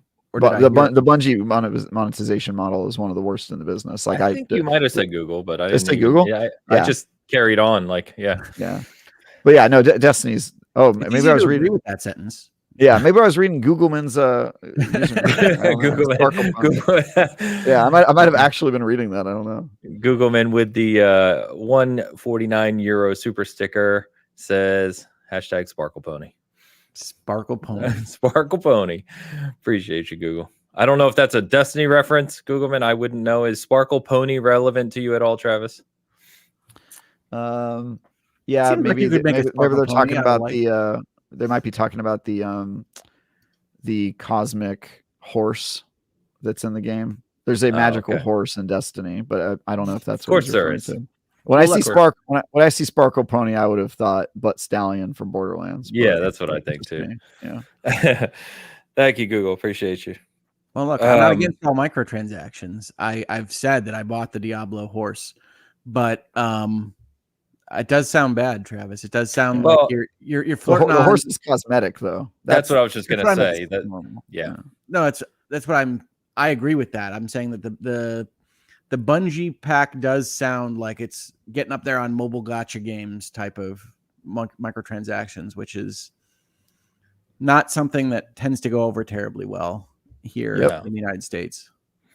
No, that sounds rough from the way you described it. Like I've spent a lot of money on Halo Infinite, but it's just skins, right? Skins and effects and stuff. Same with Diablo, Path of Exiles, the same. We've talked about that before, right? Cosmetics is where they should live primarily, and sometimes those cosmetics are expensive, like going back to Rocket League, you can buy like a car and pack in that game for like $25-$30. I know Apex is the same, but there's nothing you're buying that's giving you an advantage or changing the gameplay itself, and I think that's important. So what you described is kind of a nightmare scenario, honestly. So yeah, and feels if you like lose trust, you really have a problem long term. Yeah, feels like we've mostly gotten away from that in kind of big AAA games, but I'm kind of surprised that it's that prevalent in Destiny. Well, that's the virtue of voting with your pocketbook, right? People say that you can't change things like the copyright issue we talked about before, but you see it all the time, right? Bungie and some of these other companies didn't stop doing loot boxes and some of the other more gotcha related techniques because they thought it was a bad idea on their own. They thought it because it took all this heat from various parts of the gaming community, and the revenue numbers never made up for that heat. So Bungie flirting with it should get a newspaper in the nose if consumers can give it. But if they don't, I always remind people, sometimes what you hate or what you don't like is not seen the same way or as bad by everybody. And so if folks aren't as upset about it as you, it doesn't mean that the system isn't working or that voting with your pocketbook isn't. It's that you don't necessarily have enough people on your side, or it hasn't been publicized enough. So awareness is key for things like the Discovery issue and Studio Canal and the starter pack for Bungie and Destiny. And as long as you keep doing that, the companies will hear you. It's always about the money on the table. Yeah. And I think to some degrees, we're all part of the problem, depending on our own preferences and enjoyment, right? 343 got a little flack a few weeks ago because they announced two things. So if you now get hero rank, which is the career rank system, they give you Chief's armor from Infinite. So the most modern armor, which looks great. But they sold in the store the Halo CE armor, right? The original Master Chief armor for $20. So there's nothing you're getting but looking like Chief from CE for $20, which naturally I bought. But, generally speaking, because that's one of my most beloved things. But is it worth $20? No, absolutely not. And they got I flack. mentioned that I bought the horse because that you was in a spend on bunch of statues? articles about Blizzard being greedy. And as I said the other week, I bought the horse because it was essentially just a premium currency package with a horse. Yeah. And that's what it was. Yeah. And so it was a good deal for what I knew was my main live service game right now and for the foreseeable future. And when you have that, it's easy to spend to get the premium currency packages because I'm going to spend that anyway on battle passes, if nothing else. Yeah, exactly. I think there was a time where even the idea of downloadable content, do you remember that? Like in the Mass Effect 2 the days, original where horse armor. Yeah, it was like, I literally remember saying, sorry to interrupt you, Travis. I literally remember saying on a forum at the time, who is going to pay money for digital goods? Look at how stupid I was. Yeah. Not even digital goods though. The idea of DLC, like I remember they would make like substantial expansions and people were like, wow, that's so scummy. They probably took it out of the game and Right. just sold it to you separately. You know, it's like, yeah, the Shivering Isles from Oblivion, totally. That they just Brood took that War. right out. You know what I I mean? always think of Brood War. Yeah. Or for some reason I think of like the Mass Effect 2 DLCs, like the Shadow Broker DLC and stuff. And Shadowbroker there or map packs. there were some that felt like they actually took it out of the game, like day one DLC, where like if you pre-ordered the game or you bought the deluxe edition, you got an extra character that felt really scummy. But Or like, mission or yeah, or like one mission that wasn't in the game that you had to buy the specific version, like that was admittedly scummy. But I think the consumer has sort of chilled out a little bit on the like all microtransactions are bad. Like obviously we like our DLC and expansions. I think we've even embraced microtransactions that are purely cosmetic and don't impact gameplay. But I think it's up to consumers to keep that, to hold the line when it comes to like, we don't want to pay to win. And gotcha games are unfortunately, even as much as I love Genshin Impact and Star Rail, it's like they're pushing that line pretty hard because those games are effectively pay to win. They're also different though, because the game itself is free. And so I think you give a little bit leniency when you're not paying for a game like that. But I do. the problem with Destiny is that they're making you pay for the full game. It is a full $70 game or $100 game. And then they do season passes that are sold separately, and then expansions that are sold separately, and then dungeons that are sold separately, and then microtransactions. And then you pay for transmog. And now they've got starter packs. It's like, dude, what are you doing with this model? It's nuts. And it's just because it's been around for 10 years and they've added it one piece at a time. And so it at no point looked like, like the Stadia when it launched it right away and everybody went, that's never going to work. Consumers will reject that. It's sort of like they got you hooked and then they've added one new avenue of revenue at a time for 10 years until it just looks like this Frankenstein's monster. Oh, I remember when they added the Eververse and people were concerned and they said, oh no, it'll never be that big of a deal. And it's like, this was in Destiny 1, and now it's like 90% of the armor in the game is in the Eververse. Like your character looks like a pile of trash unless you spend money. Yeah. Well, I'm not gonna lie, I enjoy my angel horse in Diablo 4. So. Nice. Well, I think that'll go ahead and wrap us up for today. So, chat, as always, thank you for hanging out with us here during the live show. Anyone checking us out, either audio or on the VOD, thank you so much for supporting us as always. Yeah, like hit those buttons. Ains deserves them. Like some stuff. Subscribe to some stuff. Leave some comments. Tell him how much you enjoy his hat. Ains looks great today. Just call him a handsome man. He'll love it. YouTube will love it. You'll feel good about yourself. Ains will feel good about himself. Help the channel. Thank you, folks. Will I? Probably not. You will. But yes, no, thank you. Chat, you're awesome. Thank you for everyone hanging out with us. I think on my front, I just want to call out, I did an article. This week was a long week. Did an article beginning of this week on some of the issues with the competitive aspects of Halo. Obviously, I talk about Halo all the time, so that article is out there if you want to read it. The nice thing was Tashi, who runs the HCS for 343, the Halo Championship Series, he actually responded, and they have some other changes coming down the line, which was pretty cool too. So that was cool to see. You can check that out. And then yesterday, I think I'm allowed to say that it should be coming out today or tomorrow. I recorded a separate Defining Duke Ultimate episode with Cog and Rand. Nice.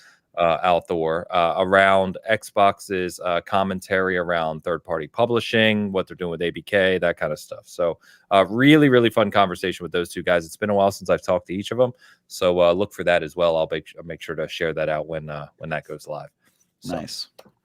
Travis, what you got? I've got 2 reviews in the works. I think one of them I'll be able to talk about this week, probably the Anacrusis review, which I haven't put a ton of time into because I'm working on 2 reviews at the same time. But then Asgard's Wrath, I'll be able to start talking about the first 15 hours starting the middle of this week. And then my full review will happen midway through December, which will be my final review for the month. I'm also... What was the final count? 25. You hit it? Nice. I hit it. Yeah, I tied with last year. So with much bigger games, which I'm personally proud of. And then I've also got some scoops coming out at the same time as the Game Awards. Obviously, I can't talk about any of that stuff, but I know some stuff that's happening in the Game Awards, and I'm really excited to talk about some games that haven't been announced yet. And then beyond that, yeah, you can follow me on Twitter if you want, but it's getting slower at this time of the year. Don't have a ton of stuff. Wait, what's the preview? Oh, I forgot to totally forgot to talk, Ames. One of the games I played this week was Tribes 3. We got to talk about that. Yeah, how did we forget about that? Tribes is back. Yeah, Tribes is back. So if you're not familiar with the series, Tribes is like a very old school Twitch shooter. You know, it's like you're not Twitch the streaming service, but Twitch the reaction time. And it's all about momentum and speed, and you skiing down hills and then catching momentum and jetpacking into the air. I played a bunch of it this past week, and I have a preview that's going to go live, I think, sometime tomorrow or maybe Tuesday morning. And basically the takeaway is that it's the same, like, really cool and unique and over the top, which is the cool part, is that there's not really any games like this. It's doing something very different in terms of the shooter world, which is like, all momentum based, and it's just interesting. My concern with it is that it does away with large arenas and changes it to a 5v5 mode, which if you play the old Tribes games, like the old ones, I think were 128 players max. Tribes 2, I think, was there. And then the most recent Tribe, what was it? Tribes Ascent, I think it's called. Yeah. Or Ascend. That game was, I think, 16 players for every team. So it was 32 max. And this, by comparison, the map is way smaller. The maps are way smaller. The teams are way smaller. And it just feels a little... It's still an interesting idea, but it feels so far from what the old Tribes games were, where it was just like massive battle arenas, that I have some concerns about it. But I'll have that all covered in my preview. Nowadays, it's High Res Studios, which is the same team Smite. that made Smite and those ones, and they also made the last Tribes games, Tribe Ascend. They made a shooter as well. Damn it. I'm blanking on it. Sorry. They made a different one. Yeah, I don't remember what their other games are, but I know that they get criticized a little bit for Tribes, the last Tribes game that they made, for not really supporting it and then eventually letting it die. And I think it's no longer listed on the Steam storefront. So like you just can't play it and the servers don't work or whatever. Paladins. That's what it was. Paladins. That's right. Yeah. And Rogue Company. Yeah. So they've worked on some stuff, but I don't know. I had fun playing the new Tribes game, but it definitely is a departure, and time will tell if it works out the way that they're hoping it would work out. Cool. And Realm Royale, thank you, Shenanigans. What was I going to say? So I went back and looked. I did 10 reviews this year, so I'm less than 50% of your output, my friend. I mean, that's not bad considering 0. Yeah. I mean, that's not bad, Ames, considering that you're doing it as a passion project and it's not your full-time thing. I'm not getting paid for them. I am proud. I do want to call out, sorry, Hogue, before we get to him. We got a late super chat as well. I forgot to mention at the beginning. So it was Season Gaming's anniversary, if you will, on Friday, and I called out some cool stats for us. But we did almost 50 reviews this year, which, if you consider we're independent and non-monetized, that's a pretty good clip. So I wanted to shout out to to our guys over there, Alex and Zach and Steve and Eric and all the guys who publish reviews for us, which is awesome. Your site did 50 and I did 25. I know. What a flex!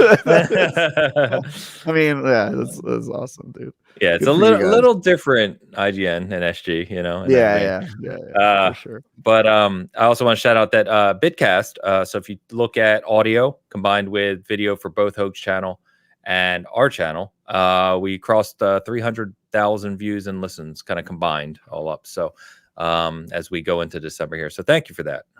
Very cool. That is awesome. Yeah, I'm happy to be a part of it. It is cool. So Hogue, before you shout out, let's get this late super chat. I think Rob may be listening behind, or maybe behind, but said £10 super chat or 10 quid. My 2019 No Man's Sky disc up to the Beyond update is a game I can play on disc. That it will download a new game if I go online. Did not change that. So Yes. So I think that gets to the crux of what our disagreement is, which is that you can play a version of the game. My point is it's not the game. You know what I mean? May not be the latest version. Yeah, it's very not the well. game. Right. It was a conversation about archival. So this is again why I think you're both right. Yeah. Yeah. I think in that sense you're right. It's just really a matter of like what you value or what you consider the game, which I would say like a version of the game or part of the game isn't the game. But Yeah, that's fair. And I think it's definitely a very different environment today than it was 10, I just 15, think 20 I think years like ago. the games industry has done so well with digital. I want to like support that because I feel like we have the best deal of all the mediums when it comes to the digital. All the other digital mediums suck, and like Discovery is a perfect example of like why you would never do that with that medium. And so I don't know. I try to defend because I think gaming largely gets digital right. So For the most part. Yeah. Yeah. Robert, thank you very much for the super chat. Appreciate it. Thank you. Hogue, what you got?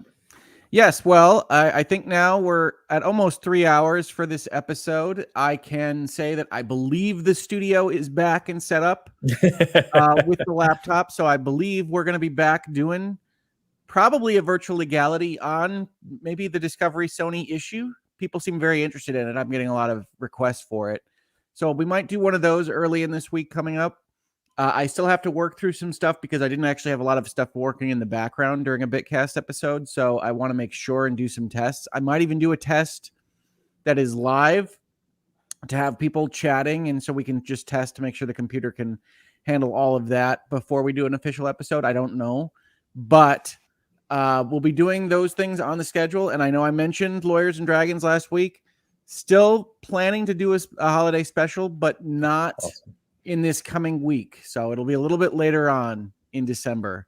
And we're still getting our ducks in a row. But I think there's going to be a lot of fun there. So if you're interested in those things, we'll be back with Hangouts and Headlines and Virtual Legality and Lawyers and Dragons and all the fun stuff on the Hogue Law YouTube channel at a more regular clip now that I'm feeling a little bit more up to it and that I have a computer that appears to be able to last. It's awesome, Ho. Glad to hear it. Looking forward to the L&D holiday special, and we'll have some more on our kind of holiday stuff we've talked about before on this show as well in coordination with SG. So good stuff. So I got to get out of here. I'm actually going to see Godzilla -1 here in about an hour and a half. So I'm going to get some food, go see Godzilla. I've heard it's great. I'm excited to see it. So enjoy. Yes, thank you, everyone. Thank you. Hope you have a good rest of the Sunday. And we will be back next week with a very busy show based on the things that are happening next week. So hopefully Dan is back and feeling better. And we'll talk about the Game Awards and a whole bunch of other things next week. Until then, enjoy whatever you're playing. Thank you for hanging out with us, and we will see you then. Peace.